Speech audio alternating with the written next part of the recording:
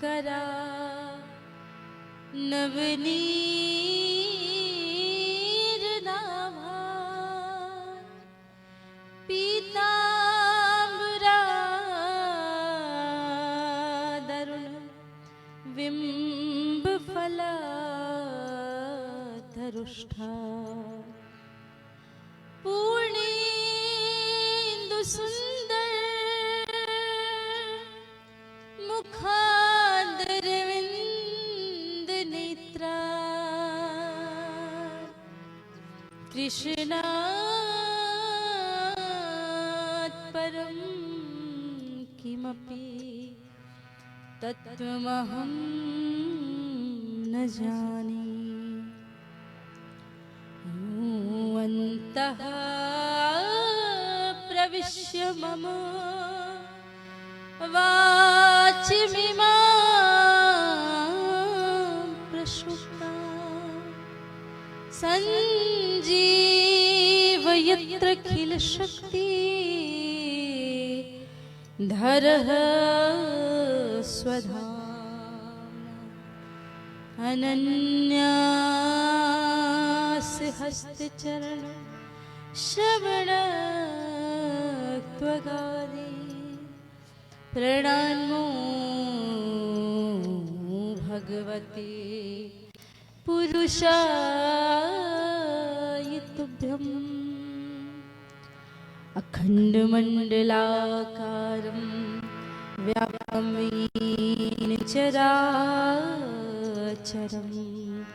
तत्पदं दर्शितं येन तस्मै श्री गुरुवे नमः।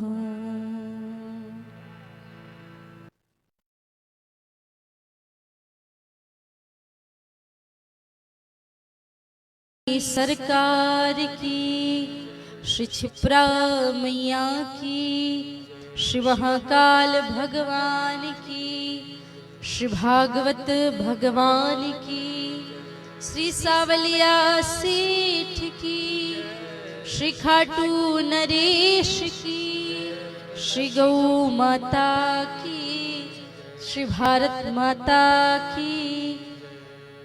नमः पार्वती पतये हर हर महादेव हर।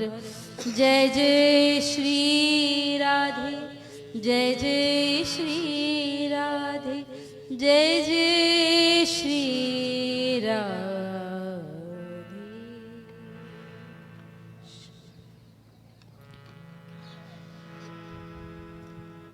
परम मंगलमय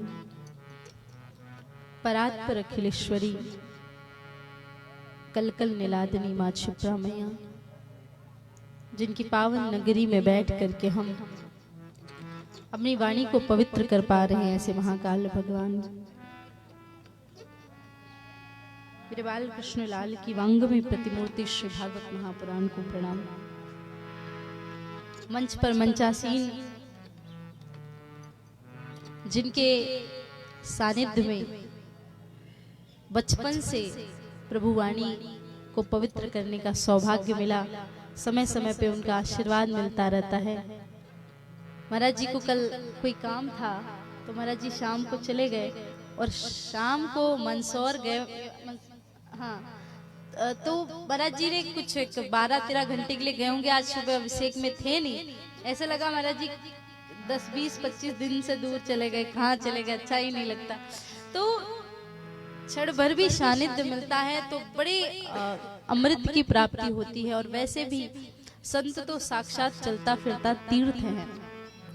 संत कहते ना, नहम्यानि तीर्थानि न देवा मोक्षमाल्या ते पुनन्ति रुक्कालेन दर्शनादेव साधवा। जल में ये नदियां बह रही हैं, हम तीर्थ कहते हैं।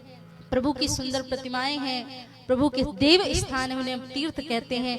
लेकिन अगर कोई तीर्थ नहीं जा सकता तो आप संत के दर्शन कर लो, वो चलते फिरते तीर्थ है और उन्हें तीर्थ के दर्शन हो जाते। तो पूज्य महाराज श्री के चरणों में प्रणाम और बहुत बहुत वंदन। आज बड़ा सौभाग्य है, इतने सारे लोग आए हैं। मैं पहली बार ऐसा कथा में होता है ना, पब्लिक आती है ज्यादा तो व्यास खुश होते हैं। आजकल ऐसा होता है कम लोग आए तो लोग ज्यादा खुश रहते हैं, पर आप यकीन मानिए आप लोग को देख के तो मुझे प्रसन्नता ही है।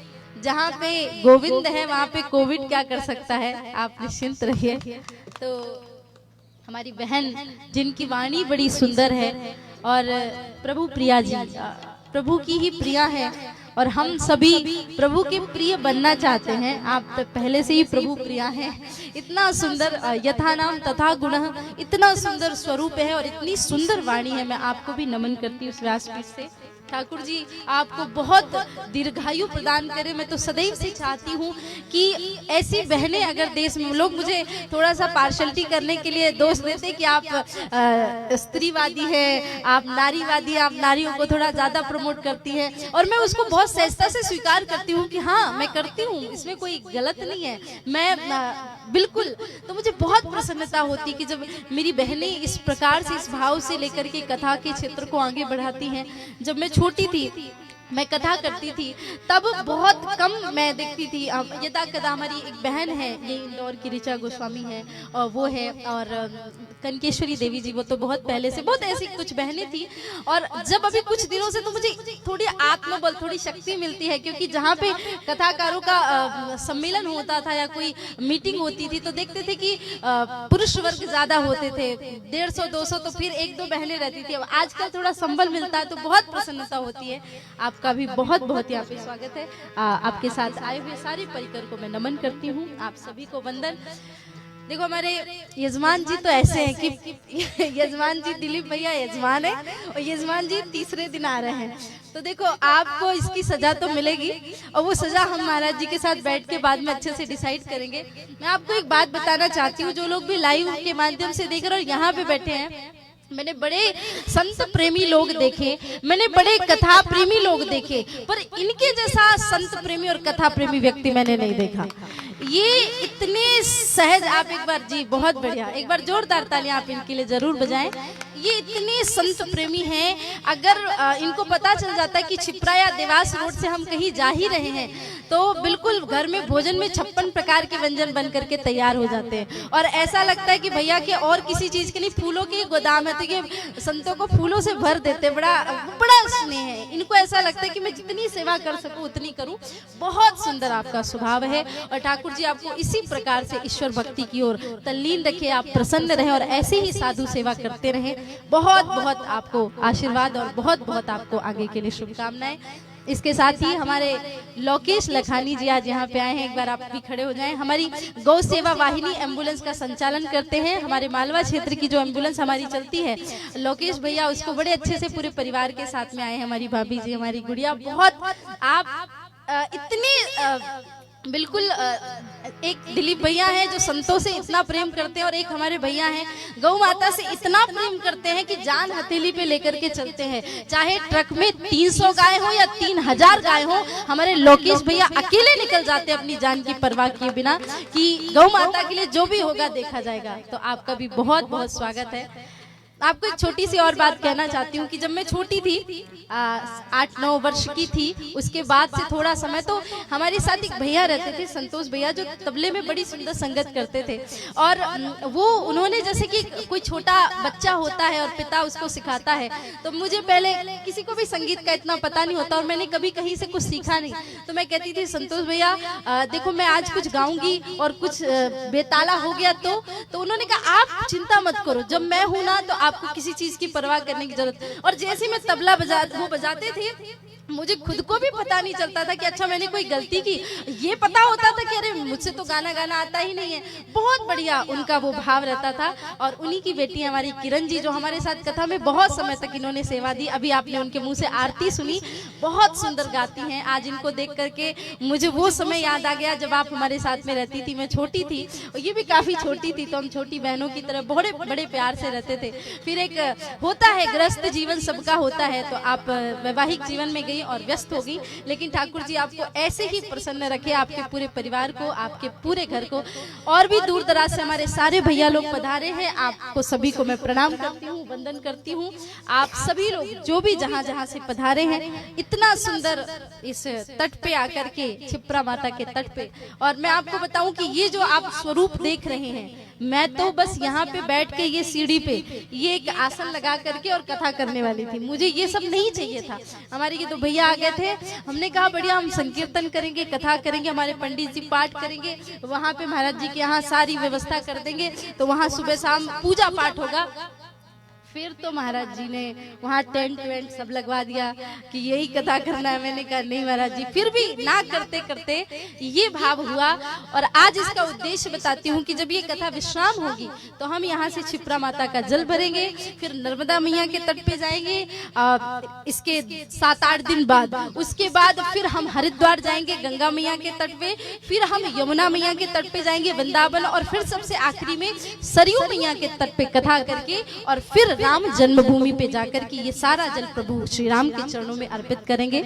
और अपनी तरफ से, क्योंकि जब से होश संभाला है, जब से जन्म लिया, जब से कथा कर रहे हैं, तब से एक ही स्वप्न था कि राम मंदिर बने, राम मंदिर बने, प्रभु श्री राम का भव्य मंदिर बने। और अब इतने दिन बाद हुआ है तो लाखों करोड़ों लोग, कोई चांदी दे रहा है, कोई सोना दे रहा है, भाई हम तो अक्खड़ फकीर, हमारे पास तो कुछ है नहीं देने के लिए, हम अपनी वाणी दे सकते हैं। तो हमने कहा प्रभु इतने दिन आपकी सेवा की है, हर जगह चिल्ला चिल्ला के कहा है, लोगों ने क्या क्या नहीं बोला, दुबई, ईरान, इराक, कितने दोस्त बन गए हमारे, अलग अलग जगह से फोन कॉल मैसेजेस आने लगे। इतनी दुश्मनी मोल लेने के बाद जब भगवान श्री राम का मंदिर बन रहा है तो हमने कहा हमारी भी कुछ सेवा होनी चाहिए। तो ये सेवा हमारी यही है कि हम हर तट पे कथा सुना के प्रभु श्री राम को अर्पित करेंगे।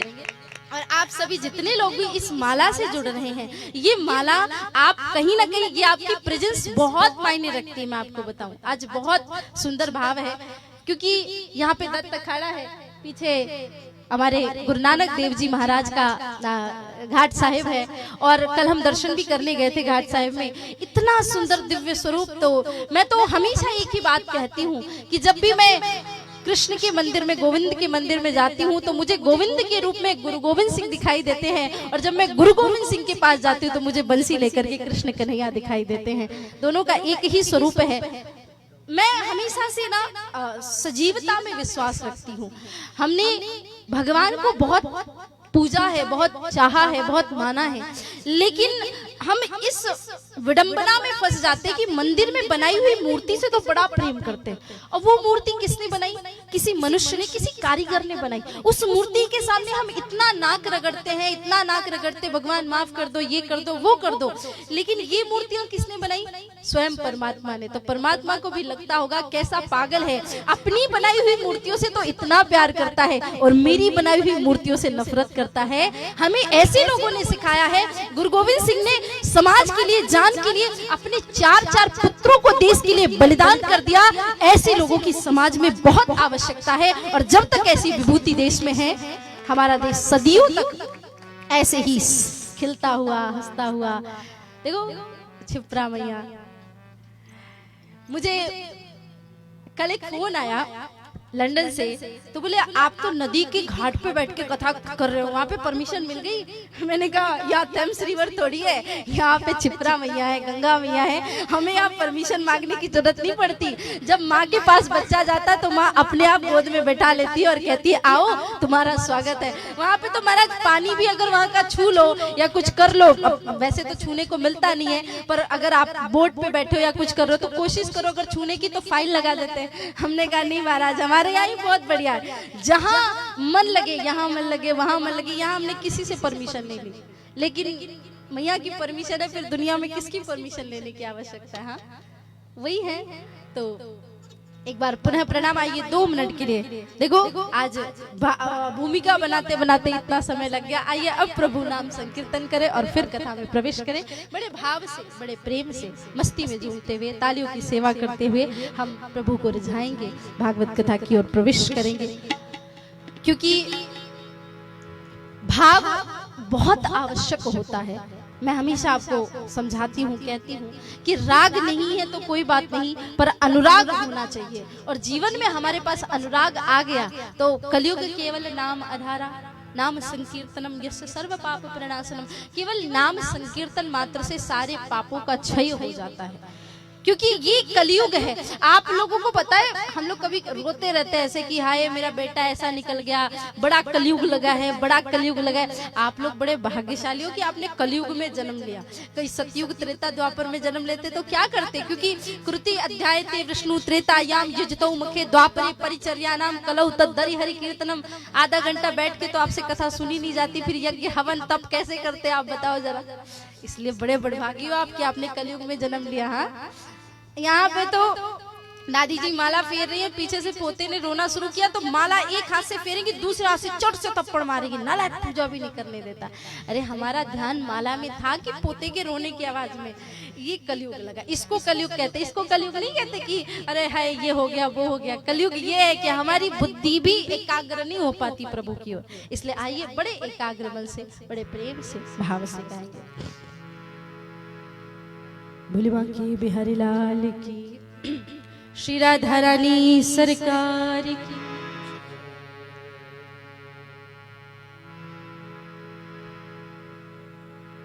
कोई तो रिश्ता जरूर होगा, कोई तो रिश्ता जरूर होगा। कई जन्मों से बुला रही हूँ, कई जन्मों से बुला रही हूँ, कोई तो रिश्ता जरूर होगा। कई जन्मों से बुला रहे हो, कोई तो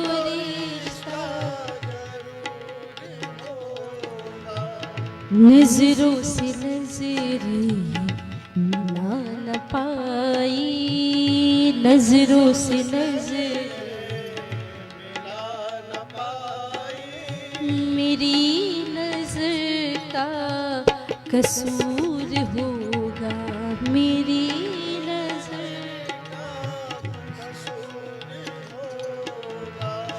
तुम ही तो मेरे मात पिता हो, तुम ही तो मेरे मात पिता हो, तुम ही तो मेरे मात पिता हो, तुम ही तो मेरे मात पिता हो, तुम ही तो मेरे बंधु सखा हो, तुम ही बंधु सखा हो। इतने नाते तुम संग जोड़े, इतने नाते तुम संग जोड़े, कोई तो नाता जरूर होगा, कोई तो नाता जरूर। तालियों की सेवा करते भाव से जय हो।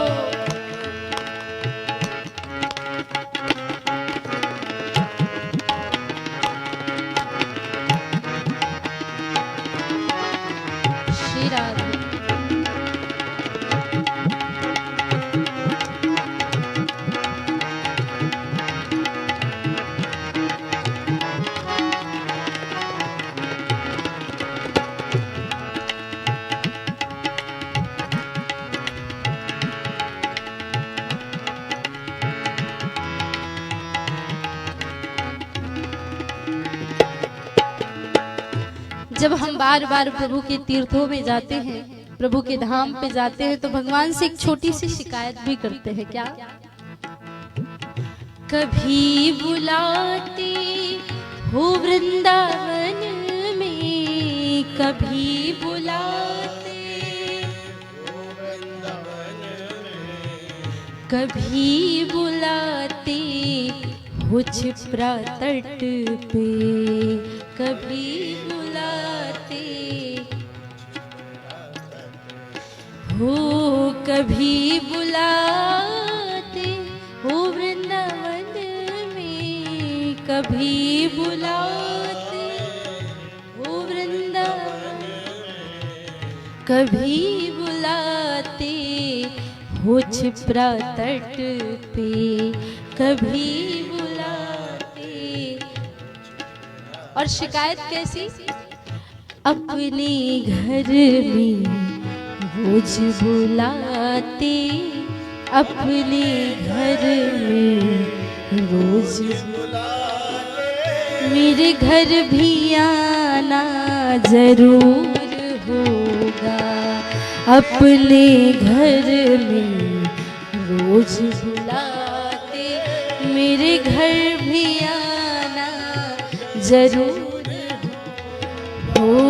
कई जन्मों से बुला रही हूँ, कोई तो रिश्ता जरूर होगा। कई जन्मों से बुला रहे हो, कोई तो रिश्ता जरूर होगा। हरे राम राम राम हरे हरे, हरे कृष्णा कृष्ण कृष्ण हरे हरे, हरे राम दोनों हाथ उठा के सभी लोग भाव से राम राम हरे हरे, हरे कृष्णा कृष्ण कृष्ण हरे हरे, हरे राम राम राम हरे हरे, हरे कृष्ण कृष्ण कृष्ण हरे हरे, हरे राम राम राम हरे हरे, हरे कृष्ण दोनों हाथ उठा के सभी पीछे वाले भी दोनों हाथ उठा के हरे राम राम राम हरे हरे, हरे कृष्णा कृष्ण कृष्ण हरे हरे, हरे राम राम राम हरे हरे, हरे कृष्णा कृष्ण कृष्ण हरे हरे, हरे राम राम राम हरे हरे, हरे कृष्ण कृष्ण कृष्ण हरे हरे, हरे राम राम राम हरे हरे, हरे कृष्ण कृष्ण कृष्ण हरे,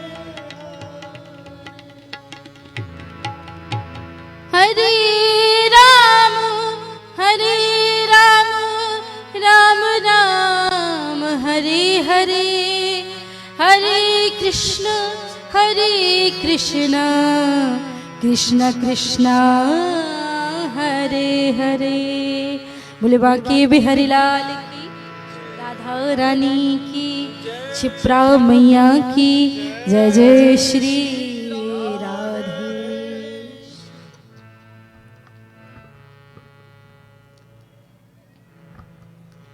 जब हम ये महामंत्र का जाप करते हैं, हरे राम राम राम हरे हरे, वैसे कई लोग पहले कृष्ण से शुरू करते हैं, हरे कृष्ण कृष्ण कृष्ण हरे हरे। बचपन से जो मेरा परिवार है, हम लोग रामानंदी संप्रदाय से आते हैं, तो हमारे यहाँ राम जी से प्रारंभ करते हैं, और जो स्कॉन वाले हैं या कृष्णानंदी हैं तो वो कृष्ण से प्रारंभ करते हैं। तो वैसी आदत बनी है, आगे राम बोलो या कृष्ण बोलो, सब एक ही हैं, राम कृष्ण दो एक हैं, अंतर नहीं निमित्त, दोनों एक ही हैं। तो जब महामंत्र का हम जाप करते हैं तो हमें ऐसा लगता है कि हम सिर्फ राम और कृष्ण का नाम लेते हैं, लेकिन दरअसल हम इसमें राधा जी और सीता जी दोनों का स्मरण करते हैं। अब आप कहोगे कैसे, तो ये जरा विनोद की बात है, ऐसे ही प्रेम वाली बात है, ऐसा कोई इसको वैसे लेने की जरूरत नहीं है। एक बार क्या हुआ, पहले आपने देखा होगा नासिक में, नासिक आप लोग गए हैं, नासिक में भगवान का एक मंदिर है काली राम, जी गए होंगे, है ना, काले राम का मंदिर है। तो राम जी को पहले कहते थे, ये मंत्र जो ऐसे बोलते थे कि काले राम राम राम काले काले, काले कृष्ण कृष्ण कृष्ण काले काले। तो एक दिन राधा जी को और सीता जी को बड़ी गुस्सा आ गई, तो उनने कहा कि ऐसा क्या हो कि कोई लंगड़ा है तो उसको लंगड़ा ही कहो, अरे मानते कि आप काले हो, लेकिन ऐसे काले काले कोई कहता हमको अच्छा नहीं लगता।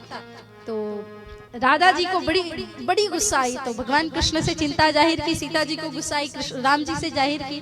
तो राम जी ने कहा क्या किया जाए, तो सीता जी ने कहा ठीक है, थोड़ा सा ना रंग को ट्रांसफर कर देते हैं आपके अंदर। तो सीता जी है पीतवर्णी, राधिका जी है स्वर्णवर्णी पीतवर्णी, तो दोनों ने अपना थोड़ा थोड़ा रंग ट्रांसफर किया किसमें, प्रभु में। तो राधा जी ने अपना थोड़ा सा रंग श्याम जी को दिया और सीता जी ने थोड़ा सा अपना रंग राम जी को दिया। तो क्योंकि मुझे पेंटिंग करने का भी शौक है, तो मैं बड़े अपने एक्सपीरियंस से बताती हूँ कि जब काला और पीला मिक्स करते ना तो हरा रंग आता है, इसलिए कहने लगे हरे राम राम राम हरे हरे, हरे कृष्ण।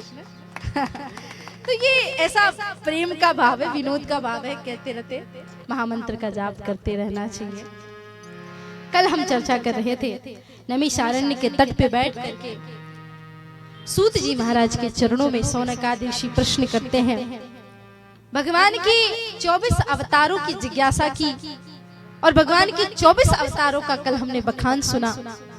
वेदव्यास जी महाराज भगवान की 24 अवतारों में से एक हैं, और जिन्होंने वेद लिख दिए, उपनिषद लिख दिए, महाभारत की पुनः संरचना कर दी, इतना सुंदर दिव्य गीता को संवाद कर दिया, सब कुछ कर दिया, 17 पुराण लिख दिए, पर मन को शांति नहीं हो रही है, बड़े विचलित रह रहे हैं, बड़े परेशान रह रहे हैं।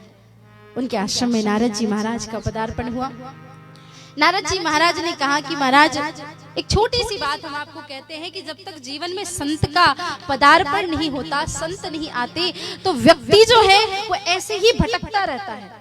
आपने इतना कुछ तो लिख दिया, लेकिन सब ज्ञान का भंडार लिखा, भक्तों के लिए क्या लिखा आपने, क्योंकि भक्तों को तो ये ज्ञान की बातें समझ में नहीं आती, भक्तों को तो बस प्रेम की बातें समझ में आती, रसिक जनों के रस की बातें रसिक बिना कोई समझ सके ना, रसिकों को तो सिर्फ प्रेम की बातें समझ में आती हैं। आपने कोई कृष्ण लीला का ऐसा चरित्र लिखो, ऐसा गुणगान लिखो कि भक्ति देवी के हृदय में, जैसे भगवान ने कहा ना कि जो भी भक्ति गोविंद स्वरूप कत्री प्रेमिक धंत्री भवरोग हंत्री, भगवान ने जो भक्ति माता को आशीर्वाद दिया वो पूर्णार्थ हो, भक्ति देवी भक्तों के हृदय में जाकर के विराजमान हो। कैसे होगा ऐसा? वेदव्यास जी ने कहा कैसे करूं मैं? तो नारद जी ने अपने पूर्व जन्म का चरित्र सुनाया कि मैं भी तो दासी पुत्र था महाराज, हाँ मेरी माता दासी थी, मैं संतों के यहाँ सेवा करता था, गांव में संत आए तो मैं बड़ा प्रसन्न हुआ, मैंने संतों से कहा कि मुझे भी अपने साथ ले चलो, तो संतों ने कहा कि अभी तो तुम्हारी माँ है, जब माँ चली जाएगी तब तुम आखिरी में भजन करने आया। एक दिन नारद जी की माता की मृत्यु हो गई तो नारद जी ने अपनी माँ को लिया, कुटिया ली और माता को अंत्येष्टि कर करके चल करे और इतना दूर जंगल में भागे, कोई दिखाया नहीं तो जोर जोर से रोने लगे। जैसे जोर जोर से रोने लगे तो आकाशवाणी हुई और उन्हें 12 अक्षर मंत्र प्राप्त हुआ, ओम नमो भगवते वासुदेवाय। इस मंत्र के प्रभाव से ना दुनिया पलट गई प्यारे, चाहे ध्रुव हो, प्रहलाद हो, सबने इस मंत्र का जाप करके प्रभु को पा लिया। अंत तो गत्वा नारद जी भगवान का भजन करते रहे और फिर उनके जब प्राण निकले तो आखिरी में फिर वो भगवान के पार्षद बने। और नारद जी ने कहा, देखो वो नारद जी महाराज ने कहा, संतों के फलस्वरूप आज मेरे हाथ में वीणा है, मैं भगवान का पार्षद हूँ। और यहाँ तक कि कहा जाता है नारदो देव दर्शन, अगर नारद जी को किसी के दर्शन नारद जी के मिल गए हैं तो उसे भगवान के दर्शन जरूर मिलते हैं। नारद जी महाराज ने चतुर्श्लोकी भागवत कही, क्योंकि मुझे भी पता है कि 7 दिनों में पूरी कथा होगी नहीं, कोई भी व्यक्ति नहीं कर सकता। आप तो कथा करते हैं, सब जानते हैं 7 दिन लगातार बैठ के कोई कथा सुन नहीं सकता और 3 घंटे में कोई कथा पूरी होती नहीं, कुछ ना कुछ प्रसंग छूट जाते हैं। फिर भी मैं पूरी कोशिश करती हूँ हमेशा कि थोड़े थोड़े प्रसंग स्पर्श करते हुए चले, इसलिए कोई त्रुटि हो तो पहले से ही आइए चतुर्श्लोकी भागवत का 2 मिनट आप सभी श्रवण करेंगे। मैं भाव और श्रद्धा से भगवान को अर्पित करती हूँ। बड़े प्रेम से चतुर्श्लोकी भागवत प्रदान की गई है। वेद व्यास जी महाराज को चतुर्श्लोकी भागवत नारद जी महाराज ने दी। पूर्व में भगवान ने ब्रह्मा जी को और ब्रह्मा जी ने नारद जी महाराज को सुनाई थी। आज वही चतुर्श्लोकी भागवत नारद जी महाराज वेद व्यास जी महाराज को श्रवण करा रहे हैं। अहमेवासिमेवाग्रे नान्यदेयद् सज सत्परम पश्चादहं यदेतच्च यो वशिष्येत सोऽस्महम् ऋतियर्थि अप्रतीतिना प्रतीति चात्मानि त्वादिदात्मानो मायां यथा भासो यथा तमः यथा महन्ति भूतानि भूतेषु चक्षुष्वनु प्रविष्टानि प्रविष्टानि तथा ते खून ते क्वहम् एतावदेव जिज्ञासयम् एतत्र जिज्ञासुनात्मनः अन्यावरेतिरेकाभ्यं यत् स्यात् सर्वत्र सर्वदा। बोले भागवत भगवान की। वेद व्यास जी ने 4 श्लोकों से 18,000 श्लोक तैयार किए। कितने? 18,000 महाराज। अब पिता के पास कोई जमीन है, जायदाद है, दौलत है, प्रॉपर्टी है, तो पिता जाते जाते किसके नाम के कर जाता है? बेटे के नाम। अब इनके पास सबसे बड़ी दौलत तो भागवती संहिता की ही है और वेद व्यास जी महाराज के पुत्र तो सबसे निराले कौन है? सुखदेव जी महाराज, जो तो इतने अवधूत हैं कि कोपीन भी धारण नहीं करते और कहाँ भटक रहे होंगे वेद व्यास जी को खुद भी नहीं पता। आइए 2 मिनट के लिए सुखदेव जी महाराज को प्रणाम करें, क्योंकि हम सभी के गुरु श्री सुखदेव जी महाराज हैं। जिस व्यासपीठ पे हम बैठ के कथा करते ये व्यासपीठ उन्हीं की है, इसलिए 2 मिनट हाथ जोड़ के सभी जय घोष करेंगे। बोले सुखदेव जी महाराज की। यम प्रव्रजन्त मनुपेतमपेत कृत्यम द्वैपायनो विरह कातर आजुहाव पुत्रेति तन्मयतया तरवोभिनेदुः स्तुम सर्वभूत हृदय मुनिमान तोस्मि। छोटे से सुखदेव जी हैं, उनकी उम्र कितनी रहती है तो भागवत महापुराण में है तो वो 16 साल की, लेकिन हमेशा उनकी उम्र ऐसे बताई गई, तुम 2 अष्ट वर्ष 2 मतलब 16। तो बोले कि भाई ये मल्टीप्लाई करने वाला सिस्टम क्यों श्लोक में रख दिया? सीधे सीधे कह देते तम 16 वर्षा, ये तुम 2 अष्ट वर्षा क्या है? हाँ, ऐसे कौन कहता है महाराज? 2 8 तो देखो उम्र है 16 वर्ष की और जो स्वभाव है वो है 8 वर्ष के बालक की तरह। आइए श्री राधे जय श्री कृष्ण। 2 8 महाराज ऐसी सुंदर आकृति है, सुंदर छवि है। इस सुंदर छवि को समझने के लिए हमें थोड़ा सा पूर्व में जाना होगा। महाराज सुखदेव जी महाराज का जन्म हुआ जो श्लोक कह रहा है, बड़े ध्यान से सुनना, फिर मैं आपको अच्छे से समझाती हूँ। श्लोक सुखदेव जी महाराज का जन्म हुआ, जन्म लेते ही भागने लगे। वो भागे तो उनके पीछे पीछे उनके पिताजी भागे, बेटा कहाँ जा रहे हो, कहाँ जा रहे हो। तो सुखदेव जी महाराज की तरफ से वृक्ष बल्लरियों ने जवाब दिया और वेदव्यास जी को समझ में आ गया और वेदव्यास जी भाग गए। मुझे भी बिल्कुल ऐसी कथा सुनाई गई थी जब मैं छोटी सी थी। मेरे दादाजी ऐसे सुनाते थे कि सुखदेव जी ने जन्म लिया, सुखदेव जी जन्म लेते भाग गए और भागने के बाद पेड़ पौधों ने जवाब दिया। और मेरे जैसा उदंड बच्चा हो तो ऐसी कथा तो बिल्कुल ना सुने, तो मैं तो उनके पीछे पड़ी रहती थी। ऐसे कैसे होता है दादाजी, कोई छोटा बच्चा भागता थोड़ी है, पहले तो वो थोड़ा बड़ा होता है, फिर घुटने के बल चलता है, फिर थोड़ा धीरे धीरे रेंगता है, फिर दौड़ता है। और मान लो वो दौड़ा भी तो इतनी तेजी से कैसे दौड़ा कि पिता ही दौड़ा तो बच्ची को पकड़ नहीं पाया। और पेड़ पौधे कभी बोलते हैं क्या? तो जब मुझे दादाजी ये सब बातें बताते थे तो मैं अपने घर के आंगन में एक बेल का पेड़ है तो मैं बातें करने पहुंच जाती थी। फिर मैं अपना मुक्का भी मारती थी और फिर गुस्सा होकर बोलती थी कि ये तो नहीं बोल रहा है, आप तो कहते हो कि पेड़ पौधे बोलते हैं। तो ऐसे बचपन का भाव। फिर बड़े होकर के समझ में आया। अब इसको समझने के लिए आप लोगों के लिए भी, जैसे मुझे दादाजी ने बताया, मैंने आपको बता दिया, तो आपके भी दिमाग में चल रहा होगा ये क्या बात है, पेड़ पौधे कभी बोलते हैं क्या, छोटा सा बच्चा कभी भागता है क्या।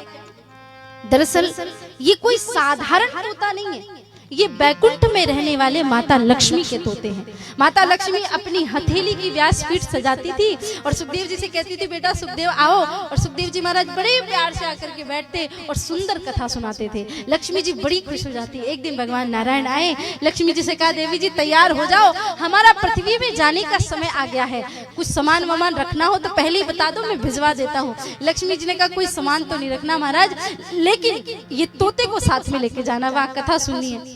तो भगवान ने कहा ठीक है, तो तोते को पहले भेज देते। बोले नहीं महाराज साथ में क्यों नहीं चलेंगे।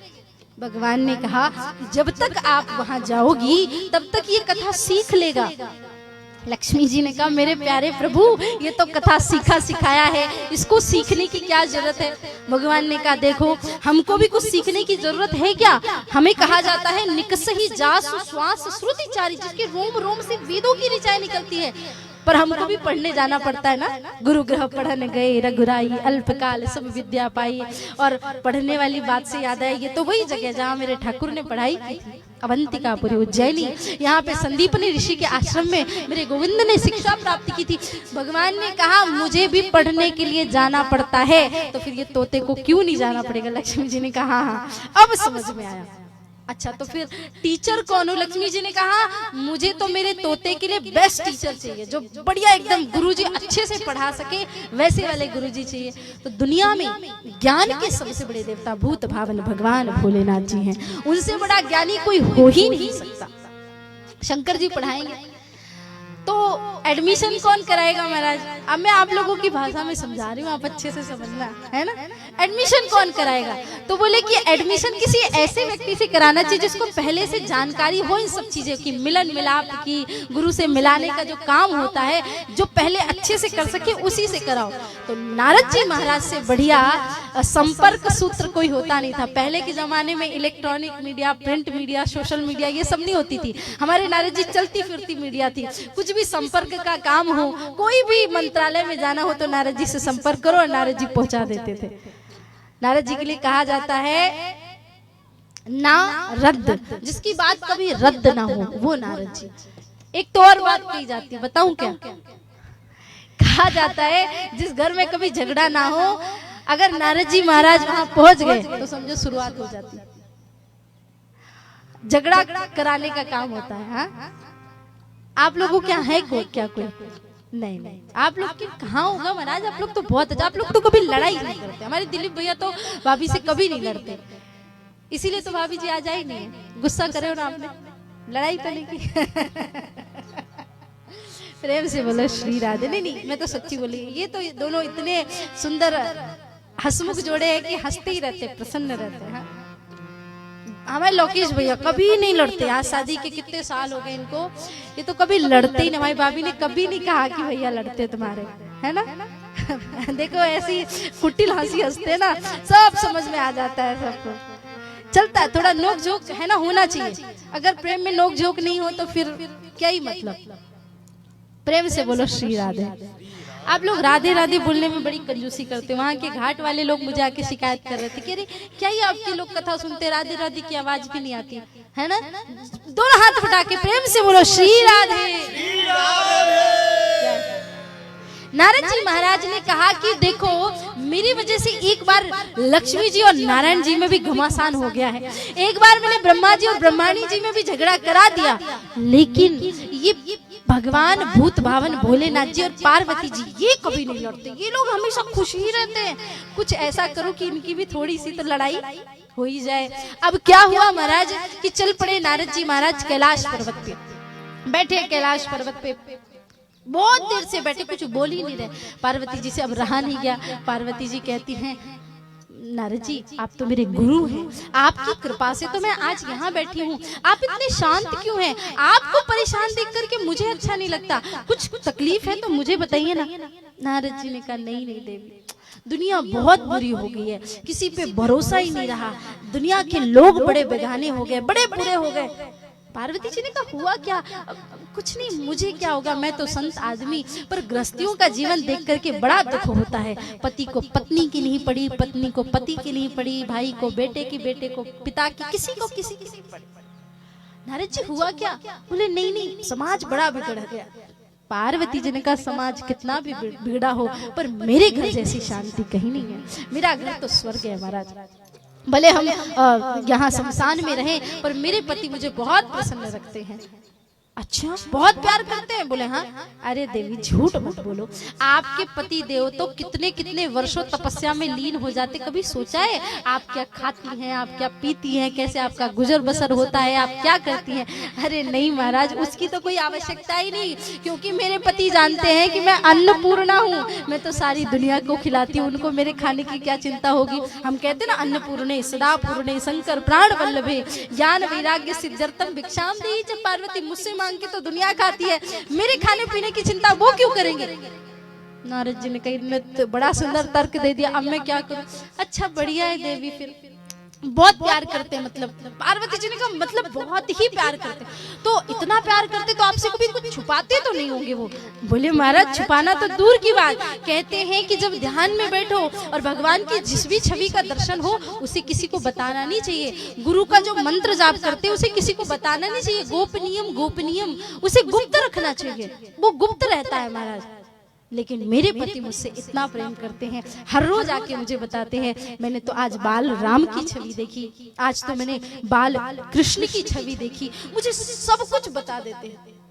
नारद जी ने कहा अच्छा इतना प्यार करते हैं, अगर इतना प्यार करते हैं तो आपको ये तो जरूर बताया होगा। मुझे पता है आपको बताया होगा, बस मेरी जिज्ञासा है, मुझे बता दो कि उनके गले में जो मुंडों की माला है वो किन किन के मुंड उन्होंने लगा रखे? पार्वती जी ने कहा जी प्यार तो बहुत करते हैं पर आज तक ये नहीं बताया कि किसके मुंडों की माला। नारद जी ने कहा क्या खाक प्यार करते हैं, पता नहीं कौन कौन सी औरतों के मुंडों की माला अपने गले में लपेट करके घूमते हैं। आप तो थोड़ी देर के लिए उनके पास जाती होंगी, वो मुंडों की माला पूरा दिन उनके गले से लिपटी रहती है, पता नहीं कौन कौन सी औरतें होंगी और आपको आज तक बताया नहीं और आप कहती प्यार करते। पार्वती जी चुप हो गई, मुंह नीचे कर लिया। नारद जी ने कहा आग लग गई, अब मेरा काम हुआ, अब मैं जाता हूँ। नारद जी चल पड़े, उधर भोलेनाथ जी जा रहे थे। नारद जी ने कहा प्रभु प्रणाम, जल्दी जाना मैया आपको याद कर रही। नारद जी ने मन में सोचा हाँ हाँ आग लगा के आगे हो गया, अब हमें तो जाना ही पड़ेगा। पहले के जमाने में माताएं जब गुस्सा होती थी तो कोप भवन में जाती थी। कहाँ जाती थी? आप लोग के पास है कोप भवन? नहीं है, बहुत बुरा। अरे राम, इसके खिलाफ लड़ना चाहिए आप लोगों को। कोप भवन नहीं है, आपको कोप भवन की क्या जरूरत है मैया? किचन हो, बेडरूम हो, ड्राइंग रूम हो, हॉल हो, सब में तो कोप भवन आप चालू करके रखते हो। जब गुस्सा आता है 2-4 दिन के लिए खाना बंद हो जाए समझो कोप भवन में है ना? होता है ऐसा, पर अच्छा लगता है। माताएं अगर गुस्सा ना हो, और वैसा ही जिस घर में, मैं आपको बहुत सहज रूप में बता रही हूँ, जिस घर में पति अपनी पत्नी की अगर डांट खा करके बाहर अच्छे से काम, बहुत सारे लोग ऐसा कहते हैं ना कि अरे उसकी पत्नी तो चिल्लाती हो तो सुन लेता है, ऐसा वैसा कायर है, वैसा ऐसा नहीं होता। अगर आप अपने घर की पत्नी को सिर्फ खाना बनाने के लिए, काम कराने के लिए एक खाना बनाने वाली की तरह रिप्रेजेंट करेंगे तो आप भी उसके साथ उसी दर्जे में प्राप्त होंगे, क्योंकि आप उसको अपनी अर्धांगिनी बना करके लाए हैं। आपको जिस तरीके से जीना है, अपने आधे जीवन को आपको उसको समर्पित करना पड़ेगा, तभी वो आपकी अर्धांगिनी बनेगी। एक स्त्री घर को स्वर्ग बनाती है, उस स्वर्ग को बनाने के लिए उसे देवी की तरह घर में पूजा जाना चाहिए। तो वो कभी अगर डांट दे, थोड़ा चिल्ला दे आपके घर के लिए, तो डांटेगी तो सुन लेना चाहिए। क्या बात है, प्रेम से बोलो श्री राधे। महाराज गोप भवन होता था पहले के जमाने में, जब उसमें माताएं घुस जाती थी तो समझ में आता था गुस्सा होगी। यहाँ तो कैलाश पर्वत, ना कोई घर ना कोई भवन, कहाँ जाए। तो एक गुफा थी, तो जब भी पार्वती जी को गुस्सा आता था, वो गुफा मान लो जीवन में कभी 1-2 बार खुली होगी, कभी पार्वती जी जाती नहीं थी, कभी भी नहीं। आज श्रृंगी ने कहा माता जी तो कोप भवन में है। भोलेनाथ जी महाराज ने कहा अब कैसे बनाऊंगा, गए कंधे पे हाथ रखा, पार्वती जी ने हाथ हटाया, रहने दीजिए आप मुझसे बात मत करिए। अरे आप तो ऊपर से भी काले और अंदर से भी काले। भोलेनाथ जी ने कहा देवी जी एक सीक्रेट बताऊं क्या आपको, एक गुप्त बात बताऊं क्या, मैं काला नहीं हूँ, मैं तो भस्मी लगा लेता हूँ इसलिए काला काला दिखता हूँ। बाकी भोलेनाथ तो कर्पूर गौरम करुणावतारम, एकदम गोरे गोरे हैं, हाँ? बहुत सुंदर है वो। मैं तो भस्मी लगा लेता हूँ इसलिए काला काला हो जाता हूँ। पर आपने मुझे अंदर का काला कह दिया, मतलब आपने मुझे कपटी कह दिया। अरे राम, मैंने कभी किसी के संग कपट नहीं किया, मैंने कभी किसी के संग छल नहीं किया, आप मुझे कपटी क्यों कहती है? अरे आपने छल नहीं किया तो आपने मुझे आज तक ये क्यों नहीं बताया कि आपके गले में ये जो मुंडों की माला है ये किसकी है? ये कौन कौन सी औरतों की मुंडों की माला आप लपेट के घूमते रहते हैं? भोलेनाथ जी ने कहा देवी बस इतनी सी बात से लड़ रही हो? अरे तुमने कभी पूछा नहीं तो मैंने बताया नहीं, तो ध्यान से सुनो, ये किसी और के मुंडों की माला नहीं। जब जब तुमने इस पृथ्वी पे अवतार लिया है और जब जब तुम्हारे शरीर तुमने त्यागे, तो मैंने तुम्हारी मुंडों को लेकर के अपनी माला में पिरो लिया। मैं तुमसे इतना प्रेम करता हूँ कि तुम्हारे हर शरीर को अपने साथ लेकर के चलता हूँ। ये तुम्हारे ही मुंडों की माला है। ये सुन के पार्वती जी को तो खुश होना चाहिए ना, पार्वती जी और गुस्सा हो गई।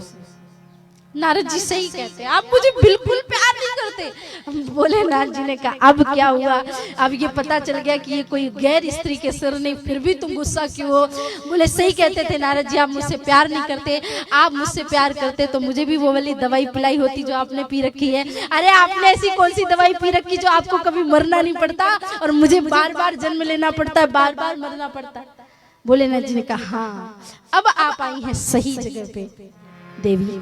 मैंने अमर कथा पी रखी है प्रभु के नाम की, जिस अमर कथा को पीने के बाद मैं अमर हो गया हूँ। माता पार्वती कहती हैं प्रभु मुझे भी उस अमर कथा का पान कराइए, मुझे भी वो अमर कथा सुननी है। भोलेनाथ जी ने कहा तो फिर इस जगह पे नहीं, आप ऊपर चलो कैलाश के शिखर पर, वही कथा सुनाएंगे। क्योंकि पहले जैसे आज सहज में सबको कलयुग में कथा प्राप्त हो रही है, मैंने आपको पूर्व में बताया ना, ये तस्माद परम किंचन मनः शुद्धेन विद्यते जन्मांतरे भवित पुण्यम। जब कई जन्मों के पुण्य उदय होते थे तब प्रभु की कथा मिलती थी, ऐसे सहज में किसी को भी कथा नहीं मिल जाती थी। तो भोलेनाथ जी ने कहा मैं तो जीव जंतुओं को भी अभी उनका हकदार नहीं समझता, इसलिए सबसे ऊपर शिखर पे गए, अपना डमरू लिया भगवान भूत भावन ने और जोर से अपने डमरू को भोलेनाथ जी ने बजाया। भोलेनाथ जी महाराज के डमरू के बजते ही सारे पक्षी जितने इत्यादि कीड़े मकोड़े सब वहां से चले गए। वहां एक तोते का जोड़ा था, उन्होंने अंडा दे रखा था, तोते का जोड़ा तो उड़ गया महाराज और अंडा फूट गया और अंडे से सुखदेव जी महाराज का प्रादुर्भाव हुआ। एक बार दोनों हाथ उठा के जय जय घोष करेंगे, बोले सुखदेव जी महाराज की। सुखदेव जी प्रकट हो गए। भोलेनाथ जी ने अपनी कथा की शर्तें रख दी।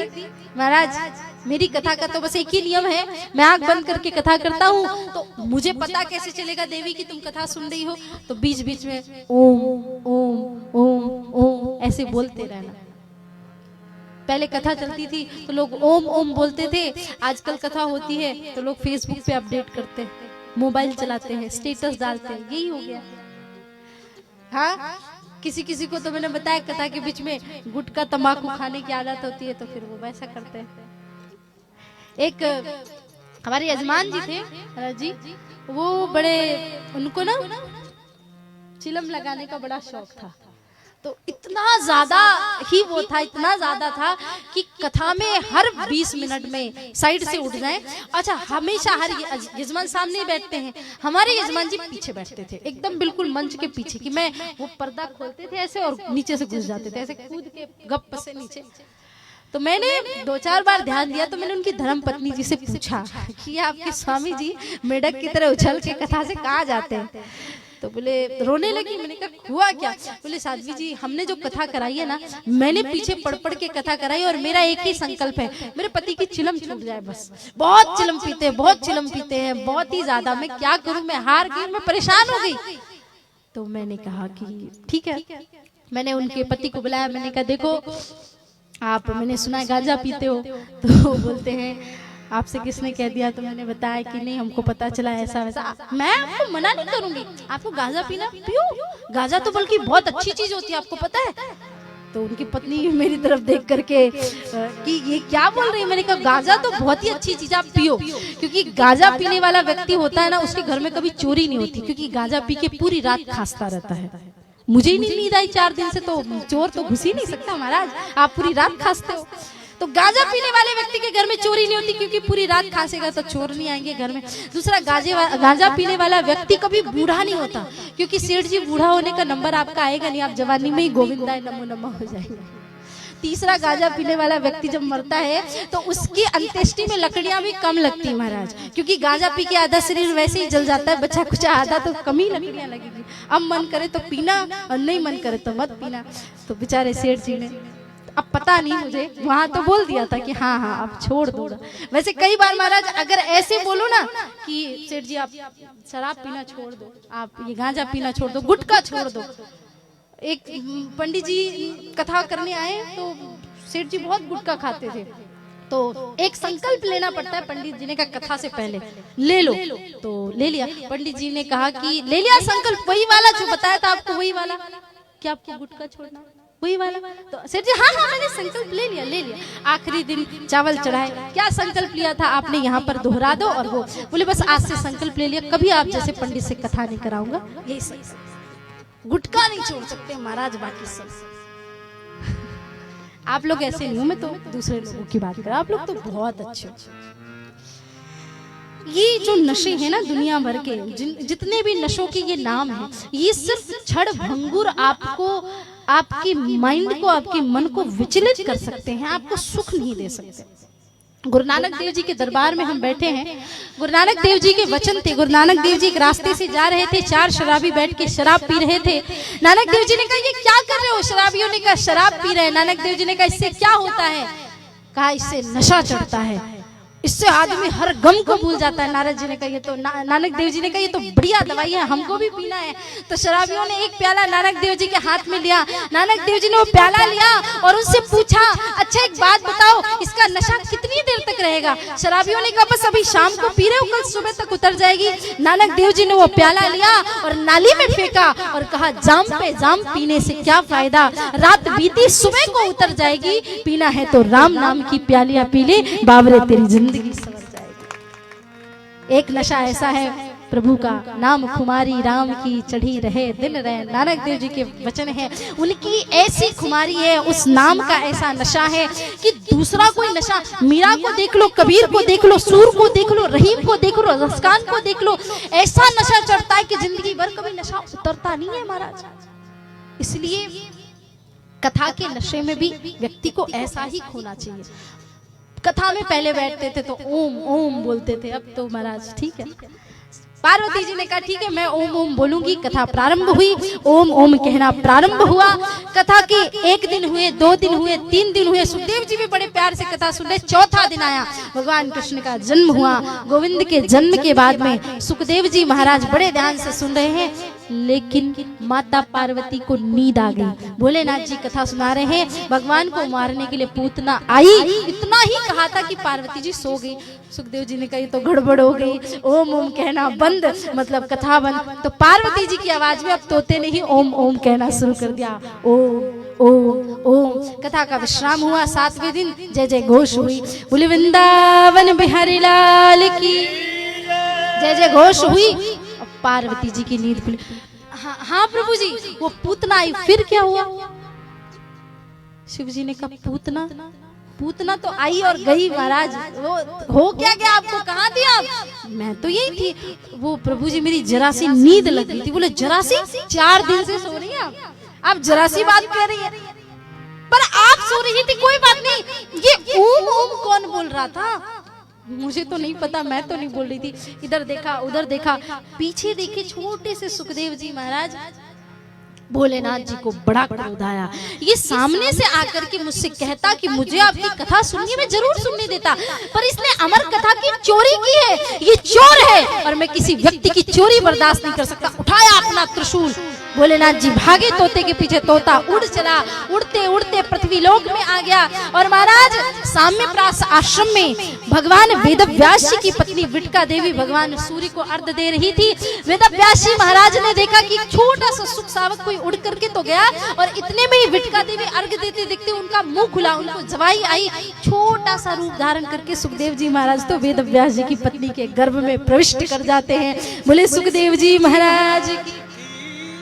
वेदव्यास जी महाराज पीछे से देखते हैं, इधर भोलेनाथ जी दौड़ के आ रहे, चोर चोर चोर चोर, पकड़ो पकड़ो पकड़ो। वेदव्यास जी ने कहा महाराज रुकिए रुकिए, क्या हुआ, ऐसे कहाँ भाग रहे? बोले आपके घर में मेरा चोर घुस गया। चोर महाराज, आपके यहाँ चोरी हुई है? वेदव्यास जी ठहाका मार के हंसे। बोले महाराज मुझे नहीं लगता कोई बिच्छू सांप चुराएगा, आप क्या चोरी करने जैसा कुछ है नहीं। महाराज जी वैसे मेरा भी वैसे ही क्या है। महाराज जी ने मेरा नाम क्या रखा है? भूतों के भगवान।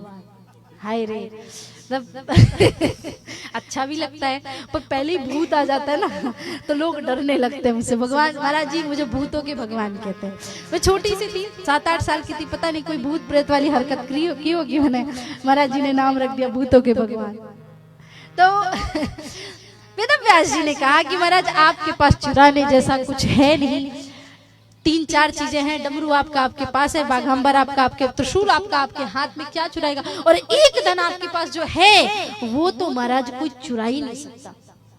कौन सा धन है बताओ जल्दी। अच्छा भावेश भैया बताओ कौन सा धन है शिव जी के पास? अरे राम, कैसे स्कूल में आते हो आप लोग को कुछ नहीं पता। राम नाम का धन। तो राम नाम का धन कोई चुरा सकता है? अगली बार कथा में पूछूंगी, याद रखना है ना। राम नाम का धन। मीराबाई ने कहा, मीराबाई से किसी ने पूरा दिन कहा, मीराबाई आप पूरा दिन कहती रहती हूँ पायो जी मैंने राम रतन धन पायो, राम रतन धन। बोले राम रतन कोई धन होवे महाराज? राम रतन कोई धन नहीं है। हमारे धन से हमें मन करता है, हमको समोसे खाने हैं, हमने बढ़िया 100 रुपए की नीली वाली नोट निकाली और हमने समोसे खा लिए। आप अपने धन से समोसे खा सकती है, अपना पेट भर सकती है? मीराबाई ने कहा बात समोसे खाने की नहीं है, बात पेट भरने की है। तो रही बात, आप अपने पैसों से, नोटों से आप शरीर की तृप्ति तो कर सकती हो, पर आत्मा का पेट भरना है, आत्मा की तृप्ति करनी है तो वो केवल राम नाम से ही हो सकता है महाराज। तो राम नाम से पेट भर जाता है। अच्छा मीराबाई, एक क्वालिटी जो हमारे धन में है वो आपके धन में तो हो ही नहीं सकती। क्या? बोले हमारे धन को हम बढ़िया अच्छे से कोई दुकान खोलते हैं, हमारे पास चकाचक खूब पैसे आ जाते हैं, हमने कोई ऑफिस ज्वाइन कर लिया तो हमें पैकेज दे दिया जाता है कि आपको इतने लाख का पैकेज है, ऐसा है वैसा है। मीराबाई से कहा कि अच्छा आप क्या काम करते हो कि आपको धन मिलता है? मीराबाई कहती हम तो सत्संग में जाते हैं और सत्संग में जाकर के भर करके कमा करके लेकर के आते हैं, हमें तो कोई मेहनत नहीं करनी पड़ती। मीराबाई हमारे धन को तो हम बैंक में रखते हैं, अपने लॉकर में रखते हैं। मीराबाई ने कहा तब भी तो सुरक्षित नहीं है, आप अपने धन को बैंक में रखो, लॉकर में रखो, तिजोरी में रखो। आजकल तो बैंक के लॉकर से भी पैसे जाने लगे हैं। और तो और छोड़ो, घर में पड़ा है, इनकम टैक्स वाले ले जाएंगे, पुलिस वाले ले जाएंगे, वकील ले जाएगा, डॉक्टर ले जाएगा, कुछ नहीं हुआ तो बच्चा शराब पी के खत्म कर देगा, पर आपका धन खर्च होना है। लेकिन हमारा धन ऐसा नहीं है, हमारा धन बीच बाजार में, बीच चौराहे में हरि नाम का गुणगान करो, कोई इसे नहीं चुरा सकता। और सबसे बड़ी बात बताऊं, axis bank, SBI bank, ICICI bank, जितनी दुनिया भर के ये बैंक हैं, आप इनमें किसी भी बैंक में चले जाओ और कहो भैया हमको एक बढ़िया सी FD करानी है जिसमें बढ़िया सा ब्याज आए हमको, ऐसा कुछ पॉलिसी बताओ ना। तो दुनिया का ऐसा कोई बैंक नहीं जो आपको 7 पॉइंट या 9 पॉइंट से ज्यादा का परसेंटेज दे दे। लेकिन महाराज आपने ऐसी कोई पॉलिसी सुनी है कि आज पैसे डालो और तुरंत डबल? सुनिए, मीराबाई ने कहा हमारा पैसा तो ऐसा ही है, जे तुरंत डालो और तुरंत डबल। खर्चे न खूबे चोर न लूटे, खर्चे न खूबे चोर न लूटे, दिन दिन बढ़त सवायो पायो जी मैंने राम रतन धन पायो, पायो जी मैंने राम रतन धन पायो, पायो जी मैंने राम रतन धन पायो, पायो जी मैंने राम रतन धन पायो। इतना सुंदर धन है, खर्चे न खोवे, चोर न लूटे, न खर्च होगा न चोर चुरा सकता, दिन दिन बढ़त सवायो, हर दिन बढ़ता ही रहता है ये धन, ऐसा वैसा धन नहीं है महाराज। मीराबाई से किसी ने कहा मीराबाई एक क्वालिटी जो हमारे धन में है वो आपके धन में हो ही नहीं सकती। बोले क्या? बोले हमें अगर मन करता है कि हमको विदेश की यात्रा करना है, हमको सिंगापुर जाना है, अमेरिका जाना है, यूरोप जाना है, तो हम वहां जाके घूम के आ सकते हैं। आपके धन से आप कौन से देश की यात्रा कर सकते हो? क्योंकि भारत में चलो भगवा वस्त्र पहन लो, राम राम कर लो तो कोई नहीं पूछेगा, ट्रेन में कहीं भी चले जाओ। लेकिन बाहर जाने के लिए तो धन की आवश्यकता। क्या आप अपने राम नाम से विदेश जा सकते हो? मीराबाई ने कहा सुनो, एक प्रोसेस होता है, पहले ऐसे ही कोई थोड़ी विदेश पहुंच जाता है। पहले विदेश जाने के लिए हमें पासपोर्ट बनवाना होगा, फिर उसमें जिस देश में जाना है वहां का वीजा लगवाना पड़ेगा, फिर हमें टिकट्स खरीदनी होगी, फिर वहां जाना होगा, फिर एयरपोर्ट में पहुंचते ही हमें अपनी मुद्रा को कन्वर्ट करके बदल के विदेशी मुद्रा में कन्वर्ट करना होगा। आप यूरोप जा रहे हो तो यूरो रखने पड़ेंगे, आप अमेरिका जा रहे हो तो आपको डॉलर रखने पड़ेंगे, आप यूके जा रहे हो तो आपको पाउंड रखने पड़ेंगे महाराज। लेकिन जब तक आप वहां की मुद्रा नहीं रखोगे तो आप वहां सरवाइव नहीं कर सकते, आपको वहां की मुद्रा लेनी ही पड़ेगी। लेकिन हमको विदेश जाने के लिए कोई भी मुद्रा कन्वर्ट करने के लिए जरूरत नहीं है, क्योंकि हमारे पास तो ऐसी मुद्रा है जो दुनिया के हर देश में चलती है। आप तो जब तक इस देश में रहोगे आपके लाल पीले हरे हरे नोट रहेंगे, लेकिन जब उस देश में जाना होगा तो केवल राम नाम का धन ही काम में आने वाला है। कैसे? सत की नाव घेवटिया सतगुरु, सत की नाव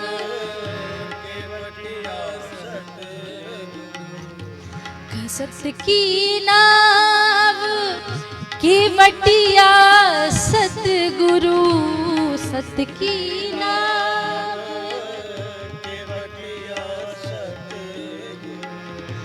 भवसागर तरियायो पायो जी मैंने राम रतन धन पायो, पायो जी मैंने राम रतन धन पायो, पायो जी मैंने राम रतन धन, राम रतन धन, राम रतन धन पायो।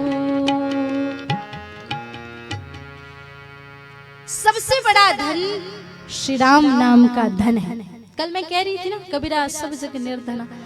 दुनिया में बड़े लोगों को बड़ी परेशानी होती है, बड़ा रोते रहते हैं पूरा दिन, हाय मेरे पास धन नहीं है, धन नहीं है, धन नहीं है।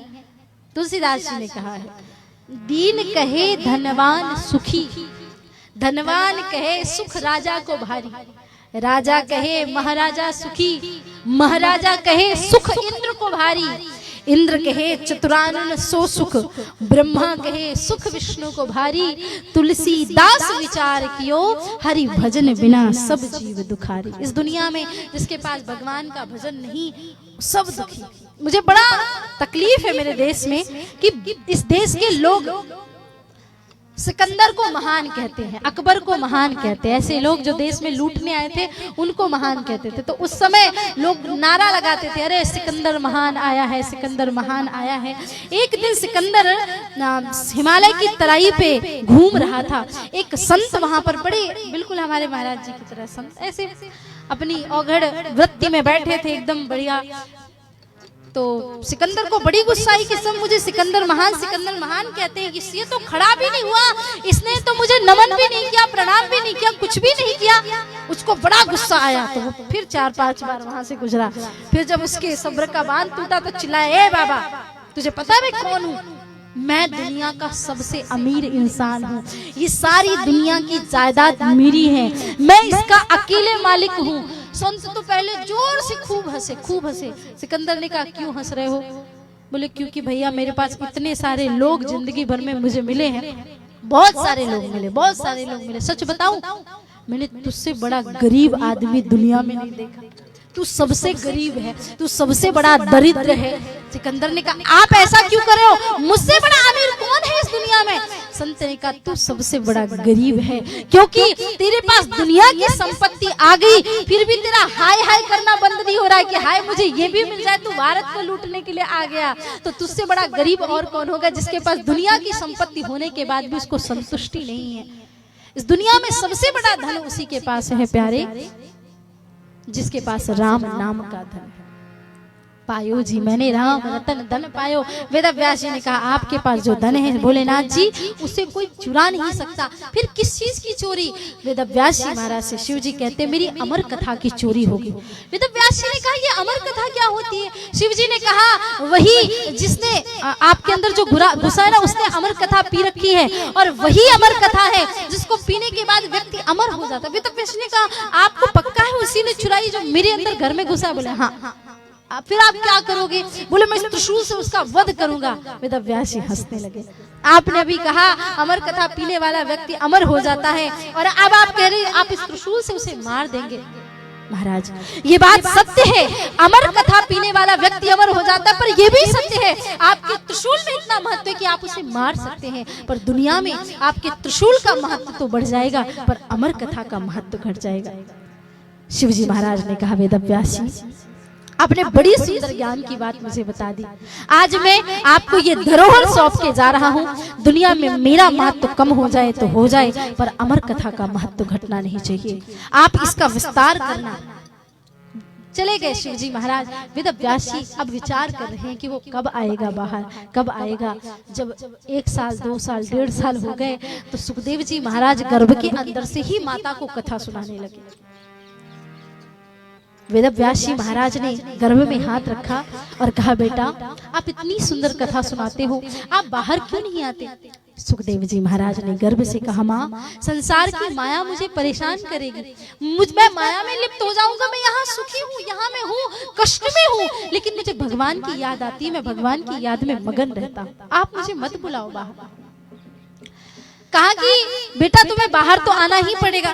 तो सुखदेव जी ने कहा फिर एक शर्त है, अगर स्वयं भगवान आकर के कह दे कि बेटा सुखदेव तुम बाहर आओ तो मैं बाहर आ सकता हूँ। अगर वो कहे कि मेरी माया तुम्हें परेशान नहीं करेगी, स्वयं भगवान विष्णु आए, भगवान ने कहा बेटा सुखदेव तुम बाहर आओ, मेरी माया तुम्हें नहीं परेशान करेगी। फिर भी 12 वर्ष तक माँ के गर्भ में रहने के बाद सुखदेव जी महाराज बाहर आए। और सुखदेव जी महाराज जब बाहर आए तो अब यहाँ से प्रारंभ होता है यम प्रव्रजंत मनोपेत मपेत कृत्यम द्वैपायनो विरह कातर।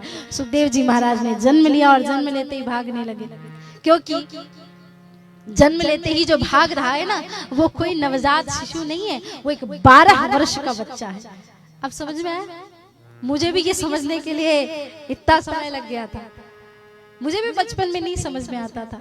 सुखदेव जी महाराज 12 वर्ष के भागने लगे। अब उनके पीछे पीछे कौन भाग रहे हैं? द्वैपायनो विरह कातर। वेद व्यास जी महाराज वृद्ध पिता दौड़ रहे हैं। अब आप बताओ, बूढ़ा पिता ज्यादा जोर से भागेगा कि जवान बेटा? बताओ, जवान बेटा।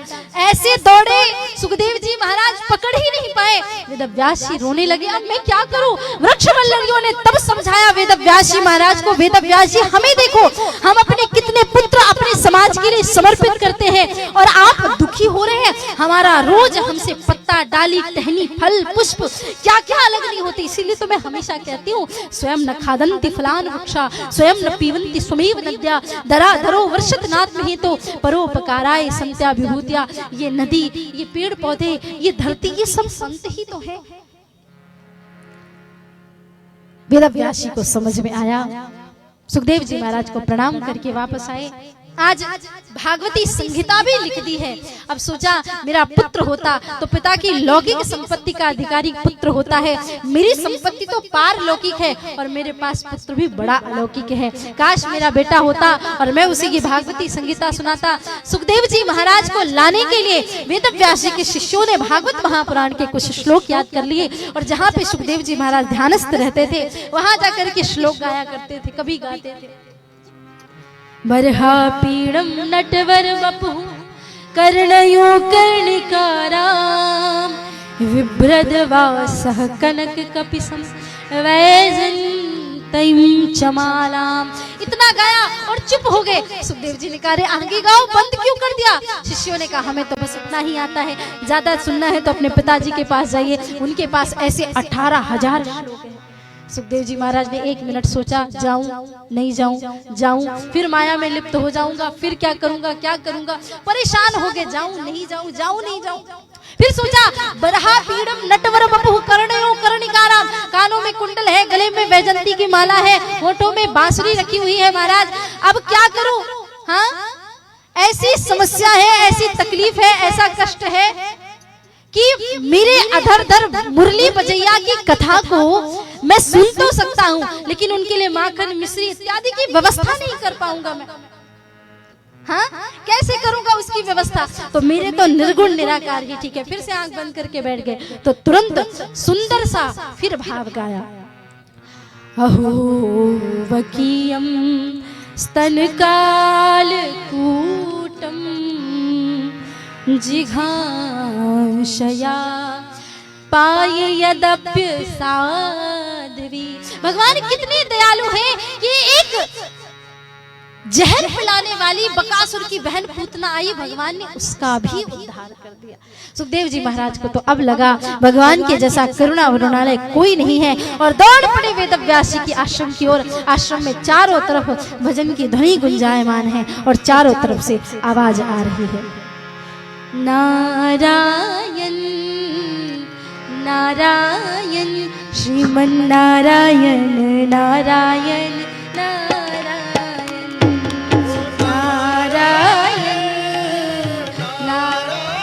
दोनों हाथ उठा के मस्ती में झूमते हुए, नारायण नारायण श्रीमन्नारायण नारायण नारायण। भाव से, प्रेम से,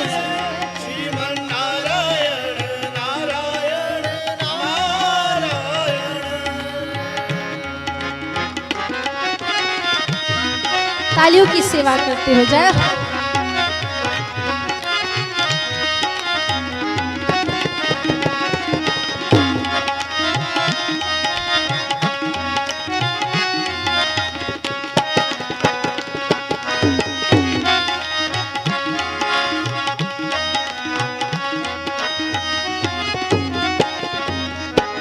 दोनों हाथ उठा के अपने अपने माता पिता का ध्यान करते हुए भाव से मेरे साथ बोलेंगे, माता नारायण पिता नारायण माता नारायण।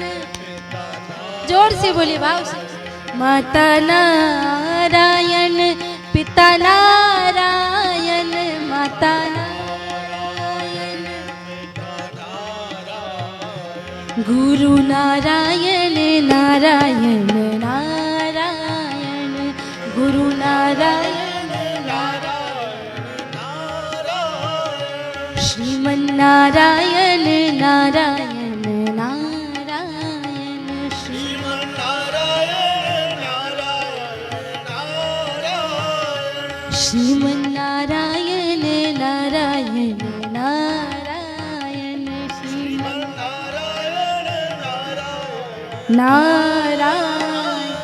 जय जय श्री राधे, जय जय श्री राधे, जय जय श्री राधे। दौड़ते दौड़ते सुखदेव जी जाते हैं, पिताजी मुझे भागवती संगीता चाहिए। और तब वेदव्यास जी महाराज सुखदेव जी को विधिवत दीक्षा देकर के कोपीन धारण कहना करा के और फिर भागवत महापुराण की सुंदर कथा सुनाते हैं।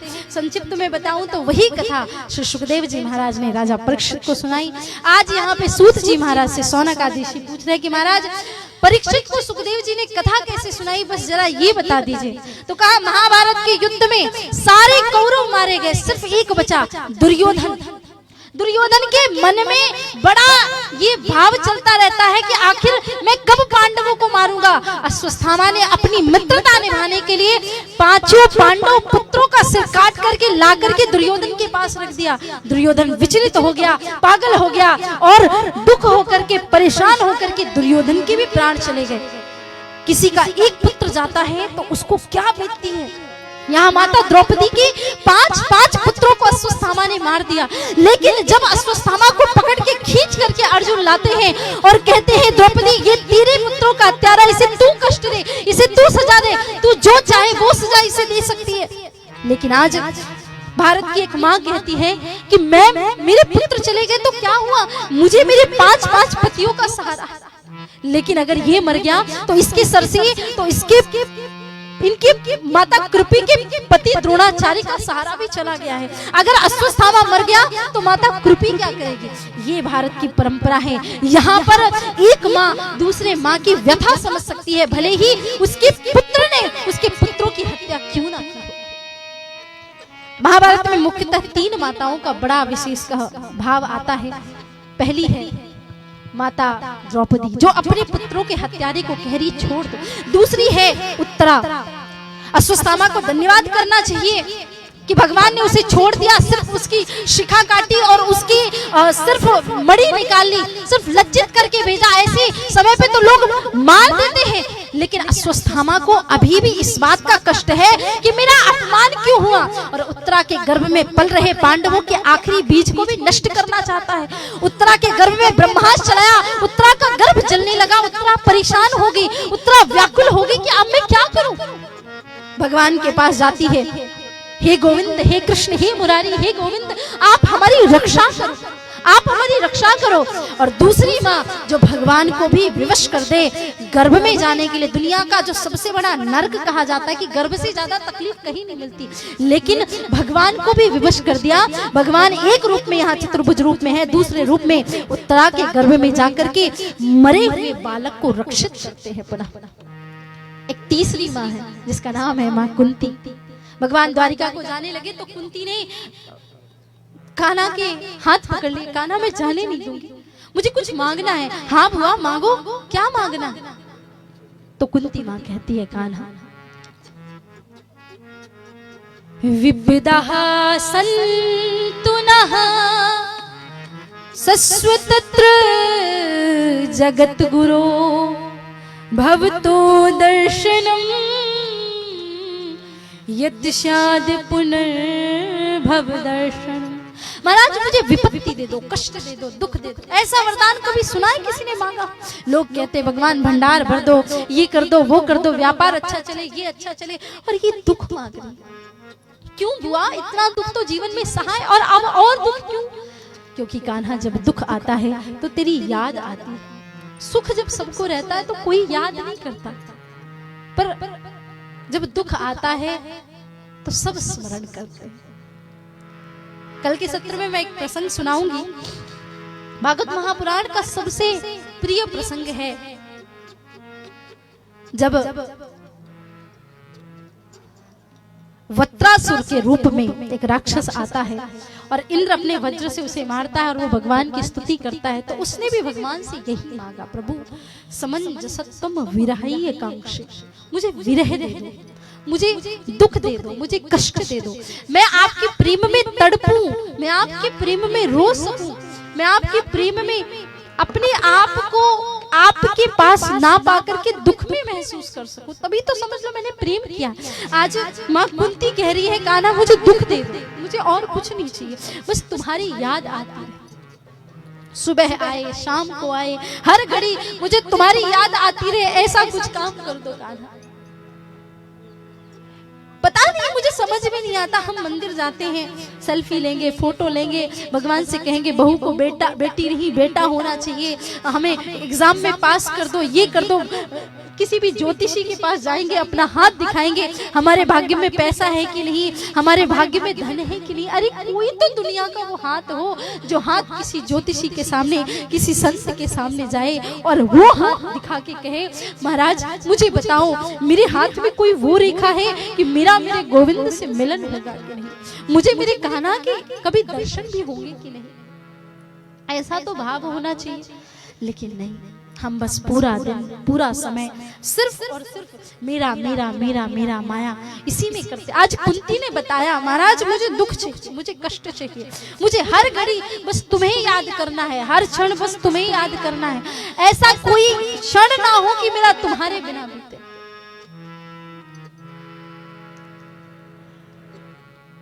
जब अपने मन के भाव हम प्रभु तक रखते हैं विरह की भावना में, तब देखो एक बहुत छोटी सी बात बताती हूँ। काशी में एक सेठ जी आए, उनके पूरे शरीर में कोढ़ था, तो राम राम रटते हुए आ रहे थे, पीछे 500 ब्राह्मण थे, स्वस्ति वाचन कर रहे थे और वो जल समाधि लेने वाले थे। तो कबीर दास जी के एक बेटे थे जिनका नाम था कमाल। कमाल ने कहा आप मरने क्यों जा रहे हो, जल समाधि क्यों ले रहे हो? उन्होंने कहा मैंने दुनिया भर के डॉक्टर को दिखा दिया, मेरा जो कोढ़ है वो ठीक नहीं हो रहा है। कमाल ने कहा मैं आपका कोढ़ ठीक कर दूंगा।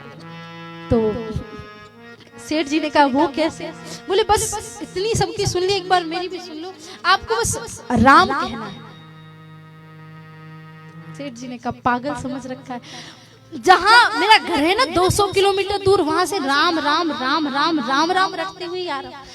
कमाल ने कहा ऐसे नहीं, विरह की भावना में अंदर दुख प्रकट करके फिर नाम जपो। तो इसने आर्त भाव से कहा राम, पर कभी दुख को महसूस ही नहीं किया था उसने, तो कैसे राम आए? तो डुबकी लगाई और कहा राम, और बाहर निकला, कोढ़ ठीक नहीं हुआ। सेठ जी ने कहा ये क्या मजाक कर रहे हो तुम मेरे साथ, मुझे समाधि लेने दो। बोले नहीं नहीं, एक बार और थोड़ा आर्त भाव से, दुख के भाव से कहो राम। सेठ जी ने फिर डुबकी लगाई, कहा राम, नहीं हुआ। इनको बड़ा गुस्सा आया कमाल को। बोले आप दुख में होकर के, आपको आज तक लगता दुख का एहसास ही नहीं हुआ कि दुख क्या होता है? कभी कोई चोट आई है? बोले नहीं। कभी किसी ने मारा है थप्पड़? बोले नहीं। तभी तो कुछ दर्द नहीं हुआ, तो पता कैसे चलेगा? अब एक आखिरी बार आंख बंद करो और बड़े प्यार से कहो राम। उन्होंने आंख बंद की, कमाल ने पीछे उठाया एक डंडा और जोर से सर पे डंडा दे मारा। इसने जोर से चिल्लाया हे राम। और जब दर्द में व्यक्ति पुकारता है तो वास्तव में वो एकदम सच्ची वाली पुकार होती है, और इसका पूरा का पूरा कोढ़ ठीक हो गया। हालांकि इसके आगे बहुत सारी दूसरी और कथा है, जब कबीर दास जी ने कमाल को डांटा, फिर वो मैं कभी और सुनाऊंगी। पर कहने का मेरा भाव, ये सब आपने सुना होगा कि दुख में सुमिरन सब करे, सुख में करे न को, और जो सुख में सुमिरन करो सो दुख काहे को होए। जब सुख में ही भगवान का सुमिरन करोगे तो कभी दुख का नंबर नहीं आएगा। भगवान ने मां कुंती को आशीर्वाद दिया, बुआ मैं तुझे वरदान देता हूँ, सोते बैठते उठते जागते तू सिर्फ मेरा स्मरण करेगी तो मुझे कभी नहीं भूल पाएगी, बस इससे ज्यादा और कुछ नहीं कहूंगा। भगवान चले गए। थोड़े समय बाद उत्तरा के गर्भ से एक बालक ने जन्म लिया। बालक ने जन्म लिया, बच्चा जन्म लेता है, रोता है। ये बच्चा पालती मार के बैठ गया, चारों तरफ देखने लगा, ना रो रहा है ना कुछ कर रहा है।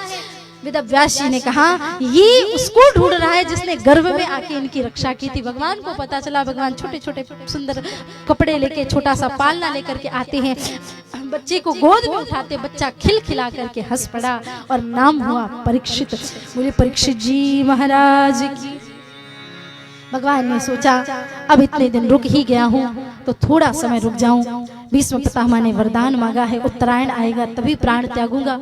भगवान भीष्म पितामह के पास जाते हैं और पितामह भगवान को सामने देख करके अपने प्राणों को त्यागने के लिए तैयार हो जाते हैं।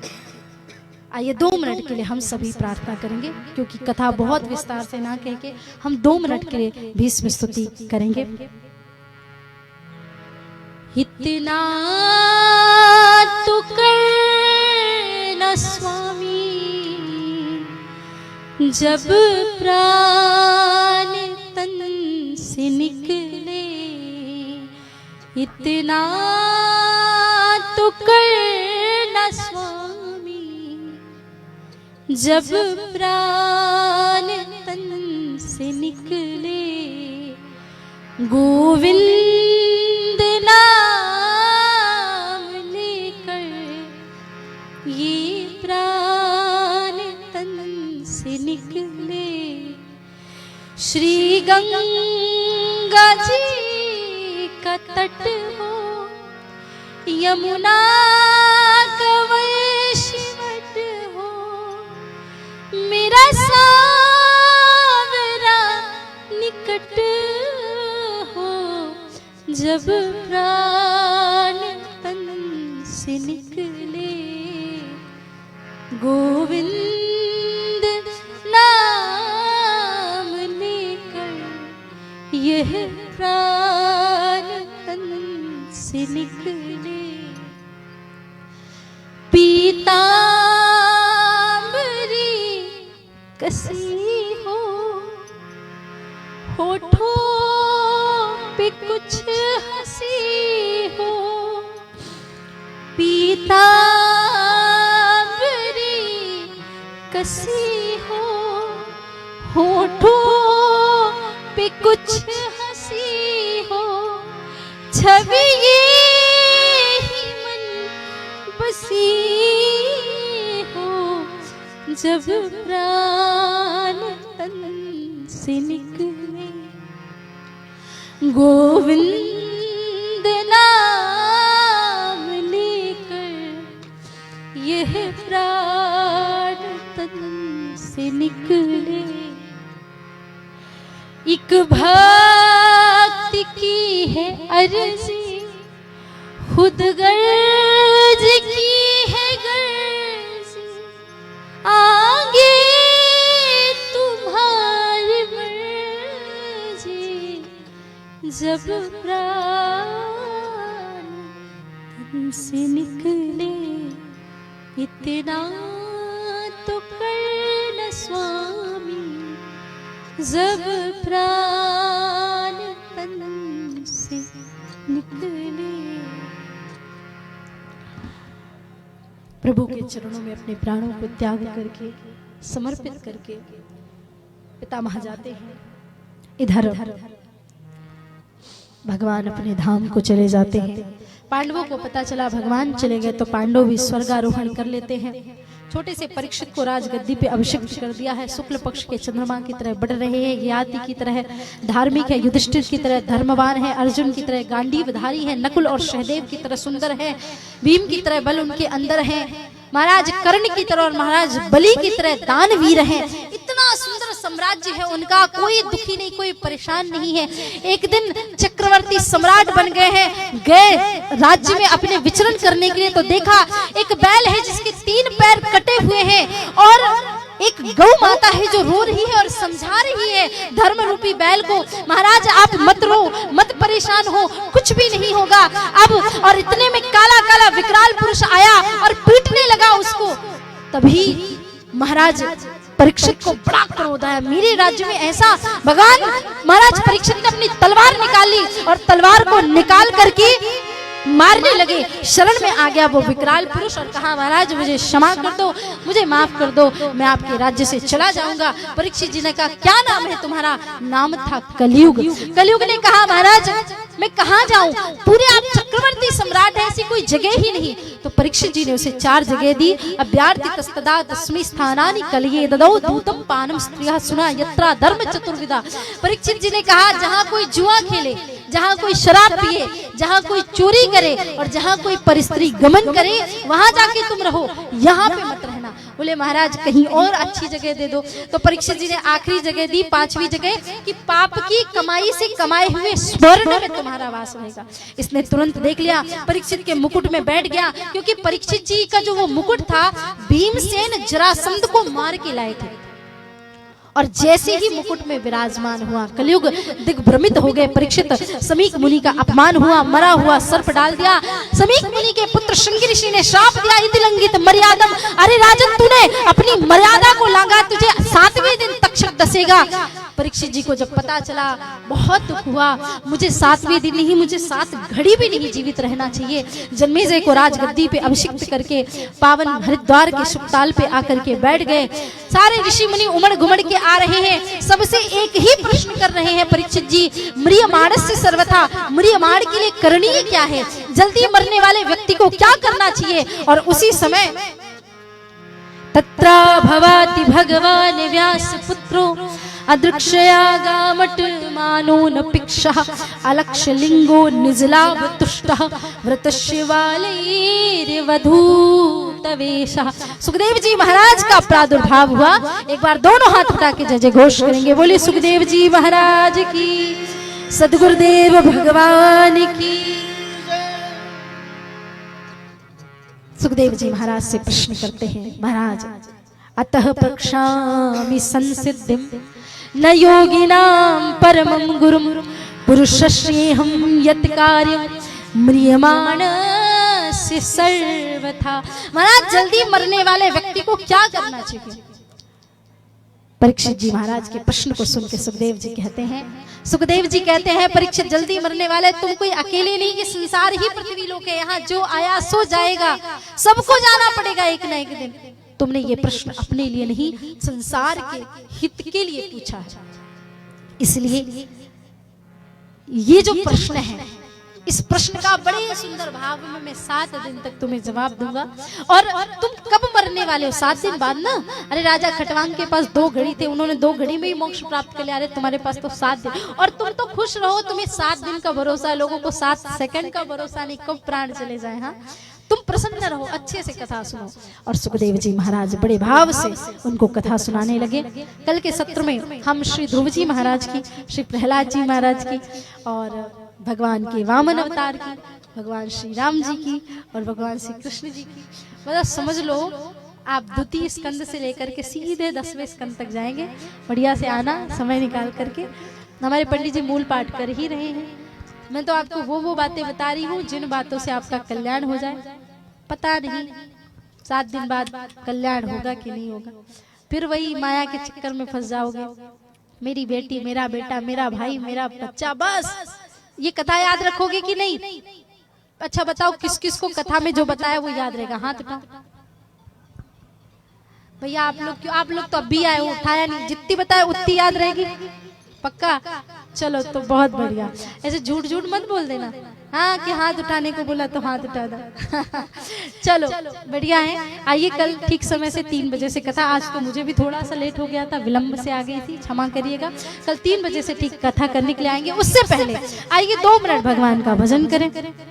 कैसे करना है भजन? तालियां बजाते हुए, नाचते गाते झूमते हुए। ऐसे अगर आप भजन गाओगे, अगर आप ऐसे वो करोगे तो भगवान भी प्रसन्न होंगे। मैं भजन गाऊंगी, उसके बाद मैं हमारी किरण जी से भी प्रार्थना करूंगी, आप एक बढ़िया सा भजन गाएंगे, उसके बाद हम आरती करेंगे, है ना? आप थोड़ा इधर आ जाओ, अपनी वापस पहले वाली जगह ले लो सुंदर सी। बोलो बांके बिहारी लाल की, श्री राधा रानी सरकार की। आइए भाव और श्रद्धा से मिलकर के श्री राधे राधे राधे, जय श्री कृष्णा, जय जय श्री राधे। बोले बांके बिहारी लाल की, राधा रानी सरकार की। देखो मैं आप लोगों को एक छोटी सी बात बताती हूँ, बड़ी प्यारी सी। गुड़िया, ओ गुड़िया, इधर आओ, जल्दी आओ, जल्दी आओ, दौड़ के आओ, दौड़ के आओ, दौड़ के आओ। ये हमारा कान्हा है छोटा सा। ये देखो, ये हमारे लोकेश भैया की बिटिया है।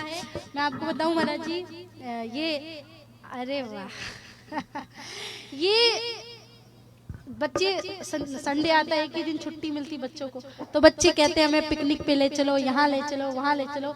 ये कहती है हम गौशाला चलेंगे आज, तो ये गौशाला जाती है अपने पिता। अब मैंने बताया कि पिता ही ऐसे है तो पुत्री में संस्कार कैसे होंगे। ये एक स्कूल में जाती थी, तो वहाँ पे क्रिसमस डे मनाया, तो ये वहाँ जाके बोलती है हमारे यहाँ तो तुलसी माता का पूजन होता है, हम क्रिसमस नहीं मनाते। इतनी सी है और इतने सुंदर संस्कार है इसके अंदर। और आज ये थोड़ा इनका मौन व्रत है, आज सुबह से मौन है। वैसे बहुत बोलते हैं हमारे कान्हा, इनको तो बहुत अच्छा। आपको कुछ बोलना है? कुछ भी? गौ माता की जय बोल दो। गौ माता की जय। जोर से बोलो। गौ माता की जय। भारत माता की, भारत माता की जय। ऐसे बोलते हैं? बोलो, मुट्ठी बांध के दोनों हाथों को उठा के। नहीं बोलोगे?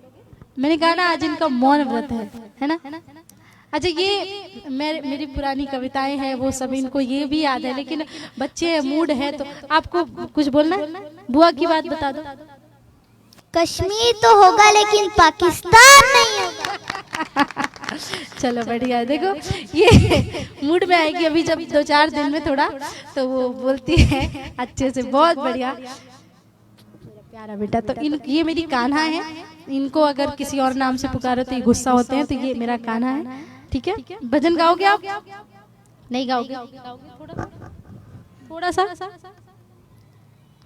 ओ खाटू श्याम वाला आप बोलते ना, सावरियो है से, नहीं गाना? अच्छा मैं गाती हूँ, ठीक है? आप मेरे साथ गाओगे? बोलो बाके बिहारी लाल की। सावरियो है सेठ। सावरिया सेठ किसके किसके है जरा बताना। सावरियो है सेठ भारी, राधा जी से ठाणी है, हो जे तो जाने दुनिया सारी है। सावरियो है सेठ, सावरियो है सेठ भारी, राधा जी से ठाणी है। सावरियो है सेठ, सावरियो है सेठ भारी, राधा जी से ठाणी है, ये जाने दुनिया सारी है। सावरियो है सेठ, दोनों हाथ उठा के तालियों की सेवा करते हैं। सावरियो है सेठ भारी, राधा जी से ठाणी है। सावरियो है सेठ, दोनों हाथ उठा के तालियों की सेवा करते हुए जय हो।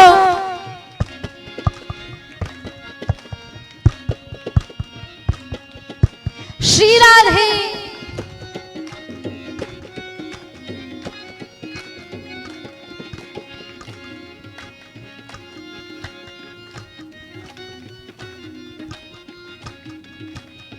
आपकी तालियों की आवाज नहीं आ रही, मुझे छोड़ो, घाट के उधर लोगों को भी नहीं आएगी, वो लोग फिर मुझसे शिकायत करने आएंगे। उठाओ दोनों हाथ एकदम सीधे, पीछे वाले भी। हाँ बहुत बढ़िया। अरे अशोक भैया जय हो।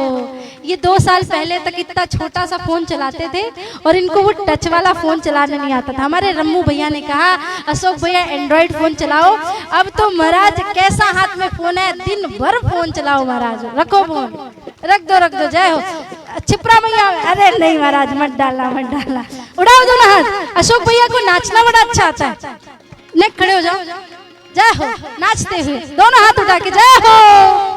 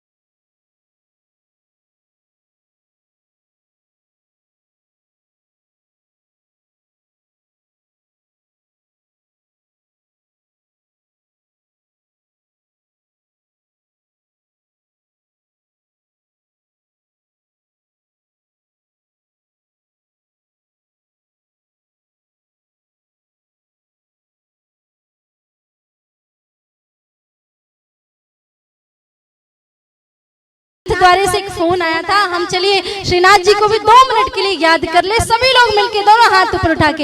हमारा घट में विराजता श्रीनाथ जी, यमुना जी महाप्रभु जी। हमारा घट में विराजता श्रीनाथ जी, यमुना जी महाप्रभु। मारो मनड़ो छे गोकुल वनड़ावन, मारो मनड़ो छे गोकुल वनड़ावन। मारा तन नागड़िया मा तुलसी रोवन, मारा प्राण जीवन। मारा घट में विराजता श्रीनाथ जी, यमुना जी महाप्रभु जी। ओ मारा घट में विराजता श्रीनाथ जी, यमुना जी महाप्रभु जी। श्रीनाथ जी बोलो, श्री यमुना जी बोलो, श्रीनाथ जी बोलो, श्री यमुना जी बोलो, श्रीनाथ जी बोलो, श्री यमुना जी बोलो, श्रीनाथ जी बोलो, श्री यमुना जी बोलो। हमारा घट में विराजता श्रीनाथ जी, यमुना जी महाप्रभु जी। हमारा घट में विराजता श्रीनाथ जी, यमुना जी महाप्रभु जी, महाप्रभु जी, ओ महाप्रभु जी। आइए एक प्यारा सा भजन हमारी बहन किरण जी से। कोई बात नहीं, कितने साल हो गए आपकी शादी को? 8 साल हो गए ना। 8 साल शादी के 6 महीने पहले से नहीं आए थे आप, तो 8.5 साल हो गए। देखो 8.5 साल में कुछ भूल चूक हो तो मैं ही यहाँ से क्षमा मांग लेती हूँ, आप तो गा दो, ये भगवान का दरबार है। कोई नहीं, जय हो श्री राधे। कुछ भी बढ़िया सा जो आपका दिल करे, ऐसा कोई जरूरी नहीं है कि आपको नचाने के लिए गाना है या ताली बजा। आप विरह सुनाओ, नचा रहे थे आप विरह सुनाओ, हास्य सुनाओ, जो मन करे प्रेम से। श्री राधे। एक छोटा सा भजन हमारी दीदी जी की आज्ञा है तो माननी पड़ेगी। आइए ठाकुर जी के चरणों में प्रणाम करते हुए, कोई त्रुटि हो तो ठाकुर जी और दीदी जी मुझे क्षमा करना।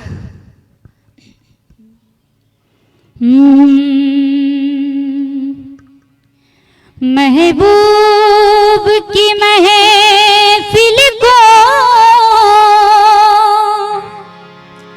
महबूब सजाते हैं, आते हैं वही जिनको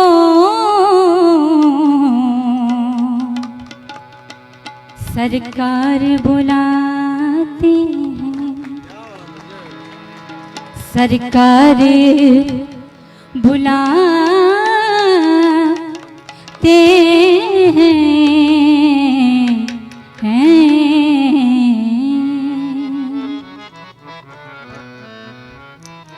दिलकश तेरा नक्शा है,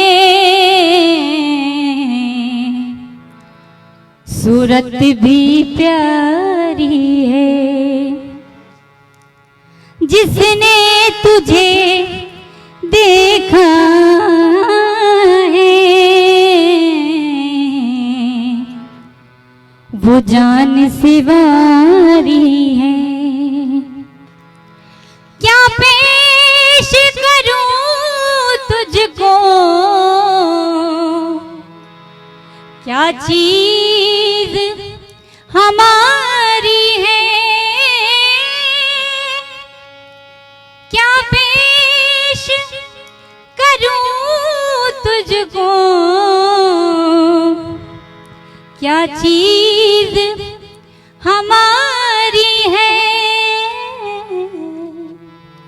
ये दिल भी तुम्हारा है,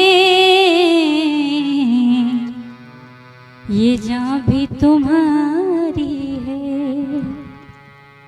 और 2 लाइन आखिरी आपके लिए और इनके लिए। ये दिल एक मंदिर है और मन पुजारी है। ये दिल एक मंदिर है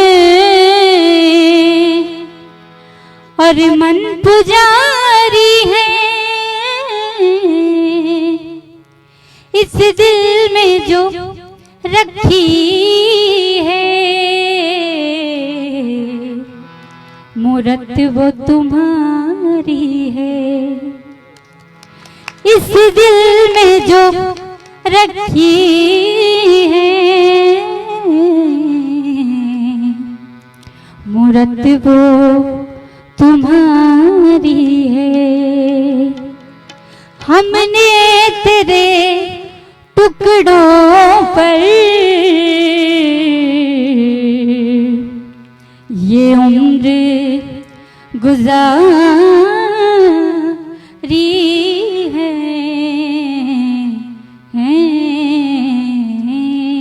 बोले वृंदावन बिहारी लाल की जय।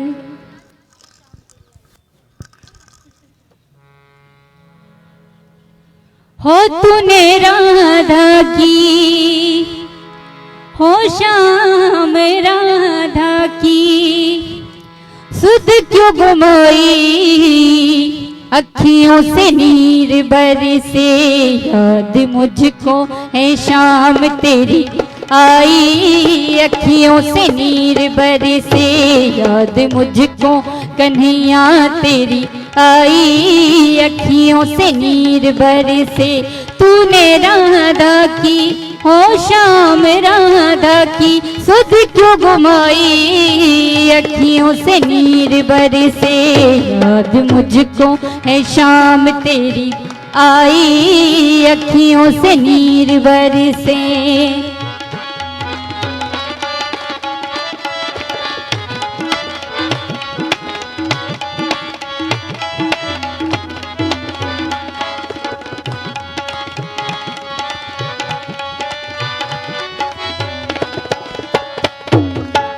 ब्रज से नाता तोड़ गए तुम मुझको तड़पदा छोड़ गए तुम।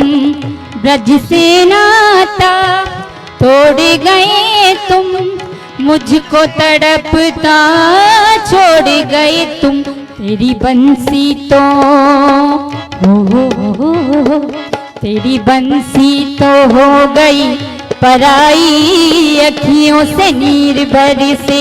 याद मुझको है शाम तेरी आई अखियों से नीर बरसे। तूने राधा की हो तूने राधा की सुध क्यों गुमाई अखियों से नीर बरसे।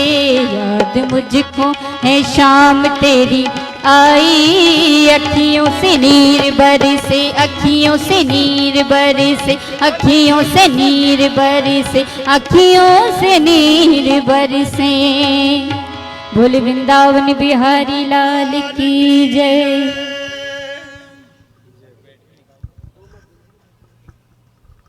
बहुत ही दिव्य भजन। एक बार सभी लोग पूज्य दीदी जी का जोरदार ताली द्वारा स्वागत करें। आइए अब पुनः हम महाराज जी के आशीष वचन की ओर चलते हैं। महाराज जी के श्री चरणों में सतवंदन करते हुए। हर हर महादेव। सज्जनों, श्रीमद् भागवत महापुराण के हम आज तृतीय दिवस के विश्राम की ओर हैं। कल चतुर्थ दिवस में हम सब श्रीमद् भागवत महापुराण के माध्यम से सूर्यवंश आदि राजाओं की कथा, ऋषि मुनियों की कथा, महापुरुषों की, सिद्धों की, गुरु भगवंतों की कथाओं का आनंद लेंगे। साथ में चंद्रवंश का भी कल वर्णन है। भगवान राघवेंद्र सरकार का प्राकट्य भी है। सज्जनों, श्रीमद् भागवत महापुराण के उत्सव हम लौकिक रूप से नहीं मनाएंगे, जो जहाँ बैठा होगा वो वहीं से ही भगवान को पुष्प अर्पण कर लेगा, क्योंकि यहाँ पर दीदी जी का आदेश है कि भागवत जी में जितने भी उत्सव आएंगे, जो जहाँ बैठा है श्रोता वहाँ बैठा बैठा झूम ले, नाच ले, गा ले, लेकिन यहाँ व्यासपीठ तक आकर के उनको नहीं वो करना है पूजा पाठ, वो वहीं से ही पूजन होगा। क्योंकि यहाँ अभी पूरा देश एक महामारी से जूझ रहा है। हम सब अपनी अपनी तरफ से यही सहयोग करेंगे कि एक दूसरे की दूरी यानी 2 गज दूरी जरूरी का ध्यान रखना है सभी को। ये श्रीमद् भागवत महापुराण अपना सबका है, क्योंकि कोई एक तो यजमान है नहीं, यजमान तो इसमें स्वयं क्षिप्रा मैया है और वो ही सुन रही है। हम तो उनके सब सहयोगी हैं। माँ का आदेश का पालन हो रहा है और दीदी माँ की सिर्फ इतनी इच्छा थी कि मैं इस तट के ऊपर बैठूं और कुछ ऊपर कुछ जल में दिखूं और मैया को बस अपना हृदय के उद्गार सुनाऊं। बस ये भाव लेकर के दीदी माँ आई है और कोई वैभव, कोई आडंबर नहीं, बिल्कुल आराम से और शांति से प्राचीन काल के जो भाव हैं, जो पहले हजारों लाखों वर्ष पहले जो ऋषि मुनि सत्संग प्रवचन ज्ञान सुनाया करते थे, वो स्वरूप का दर्शन हम सब श्रोताओं को करना है और उसी में डूबना है। हजारों वर्ष पुरानी उस परंपरा को जिंदा रखने के लिए हम सब इसका आनंद लेंगे। ये पहली उनकी कथा है। ऐसी 5 कथाएं होनी है और आखिरी जो समापन विश्राम की कथा है, 5वीं कथा, वो पंचम जो कथा होगी वो अयोध्या जी में श्री सरजू जी के तट के ऊपर का इनका संकल्प होगा। उससे पहले अन्य तीर्थों में भी हम सब लाभ लेंगे। ये पहला इनका संकल्प की पहली कथा, प्रथम। अब फिर द्वितीय कथा का जो उनका संकेत आज हुआ है नर्मदा मैया के लिए, फिर सब आप नर्मदा मैया का दर्शन भी लाभ उठा सकेंगे। तो सज्जनों, श्रीमद् भागवत महापुराण कथा में आज सभी आप पधारे, आप सभी का स्वागत है। महाराज साहब पीर जी बाप जी का आशीर्वाद भी रहा है और साथ में हमारे आज प्रभु प्रिया दीदी भी आई हैं, तो सब करतल धुनी से प्रभु प्रिया दीदी का भी स्वागत करें। हर हर महादेव। आइए परम विदुषी पूज्य साध्वी सरस्वती दीदी सब मिल करके हम सब क्षिप्रा मैया की आरती करेंगे। उससे पूर्व आइए हम सब भागवत भगवान की आरती करते हैं। हर हर महादेव। सभी श्रद्धालुगण अपने स्थान पर खड़े हो जाएंगे आरती दर्शन करने के लिए। और पूज्य महाराज श्री एवं दीदी प्रभु प्रिया जी से भी मैं आग्रह करूंगा, आप अपने कर कमलों से भागवत भगवान की ठाकुर जी की मंगलमय आरती का दर्शन करेंगे। सभी श्रद्धालु अपने स्थान पर खड़े होकर के सोशल डिस्टेंस का पालन करते हुए, करतल ध्वनि करते हुए उच्च स्वर में भगवान की मंगलमय आरती का दर्शन करेंगे, गायन करेंगे। हरि ओम इदगुं हविः प्रजननं मे रसदस वीरगुं सर्वगणगुं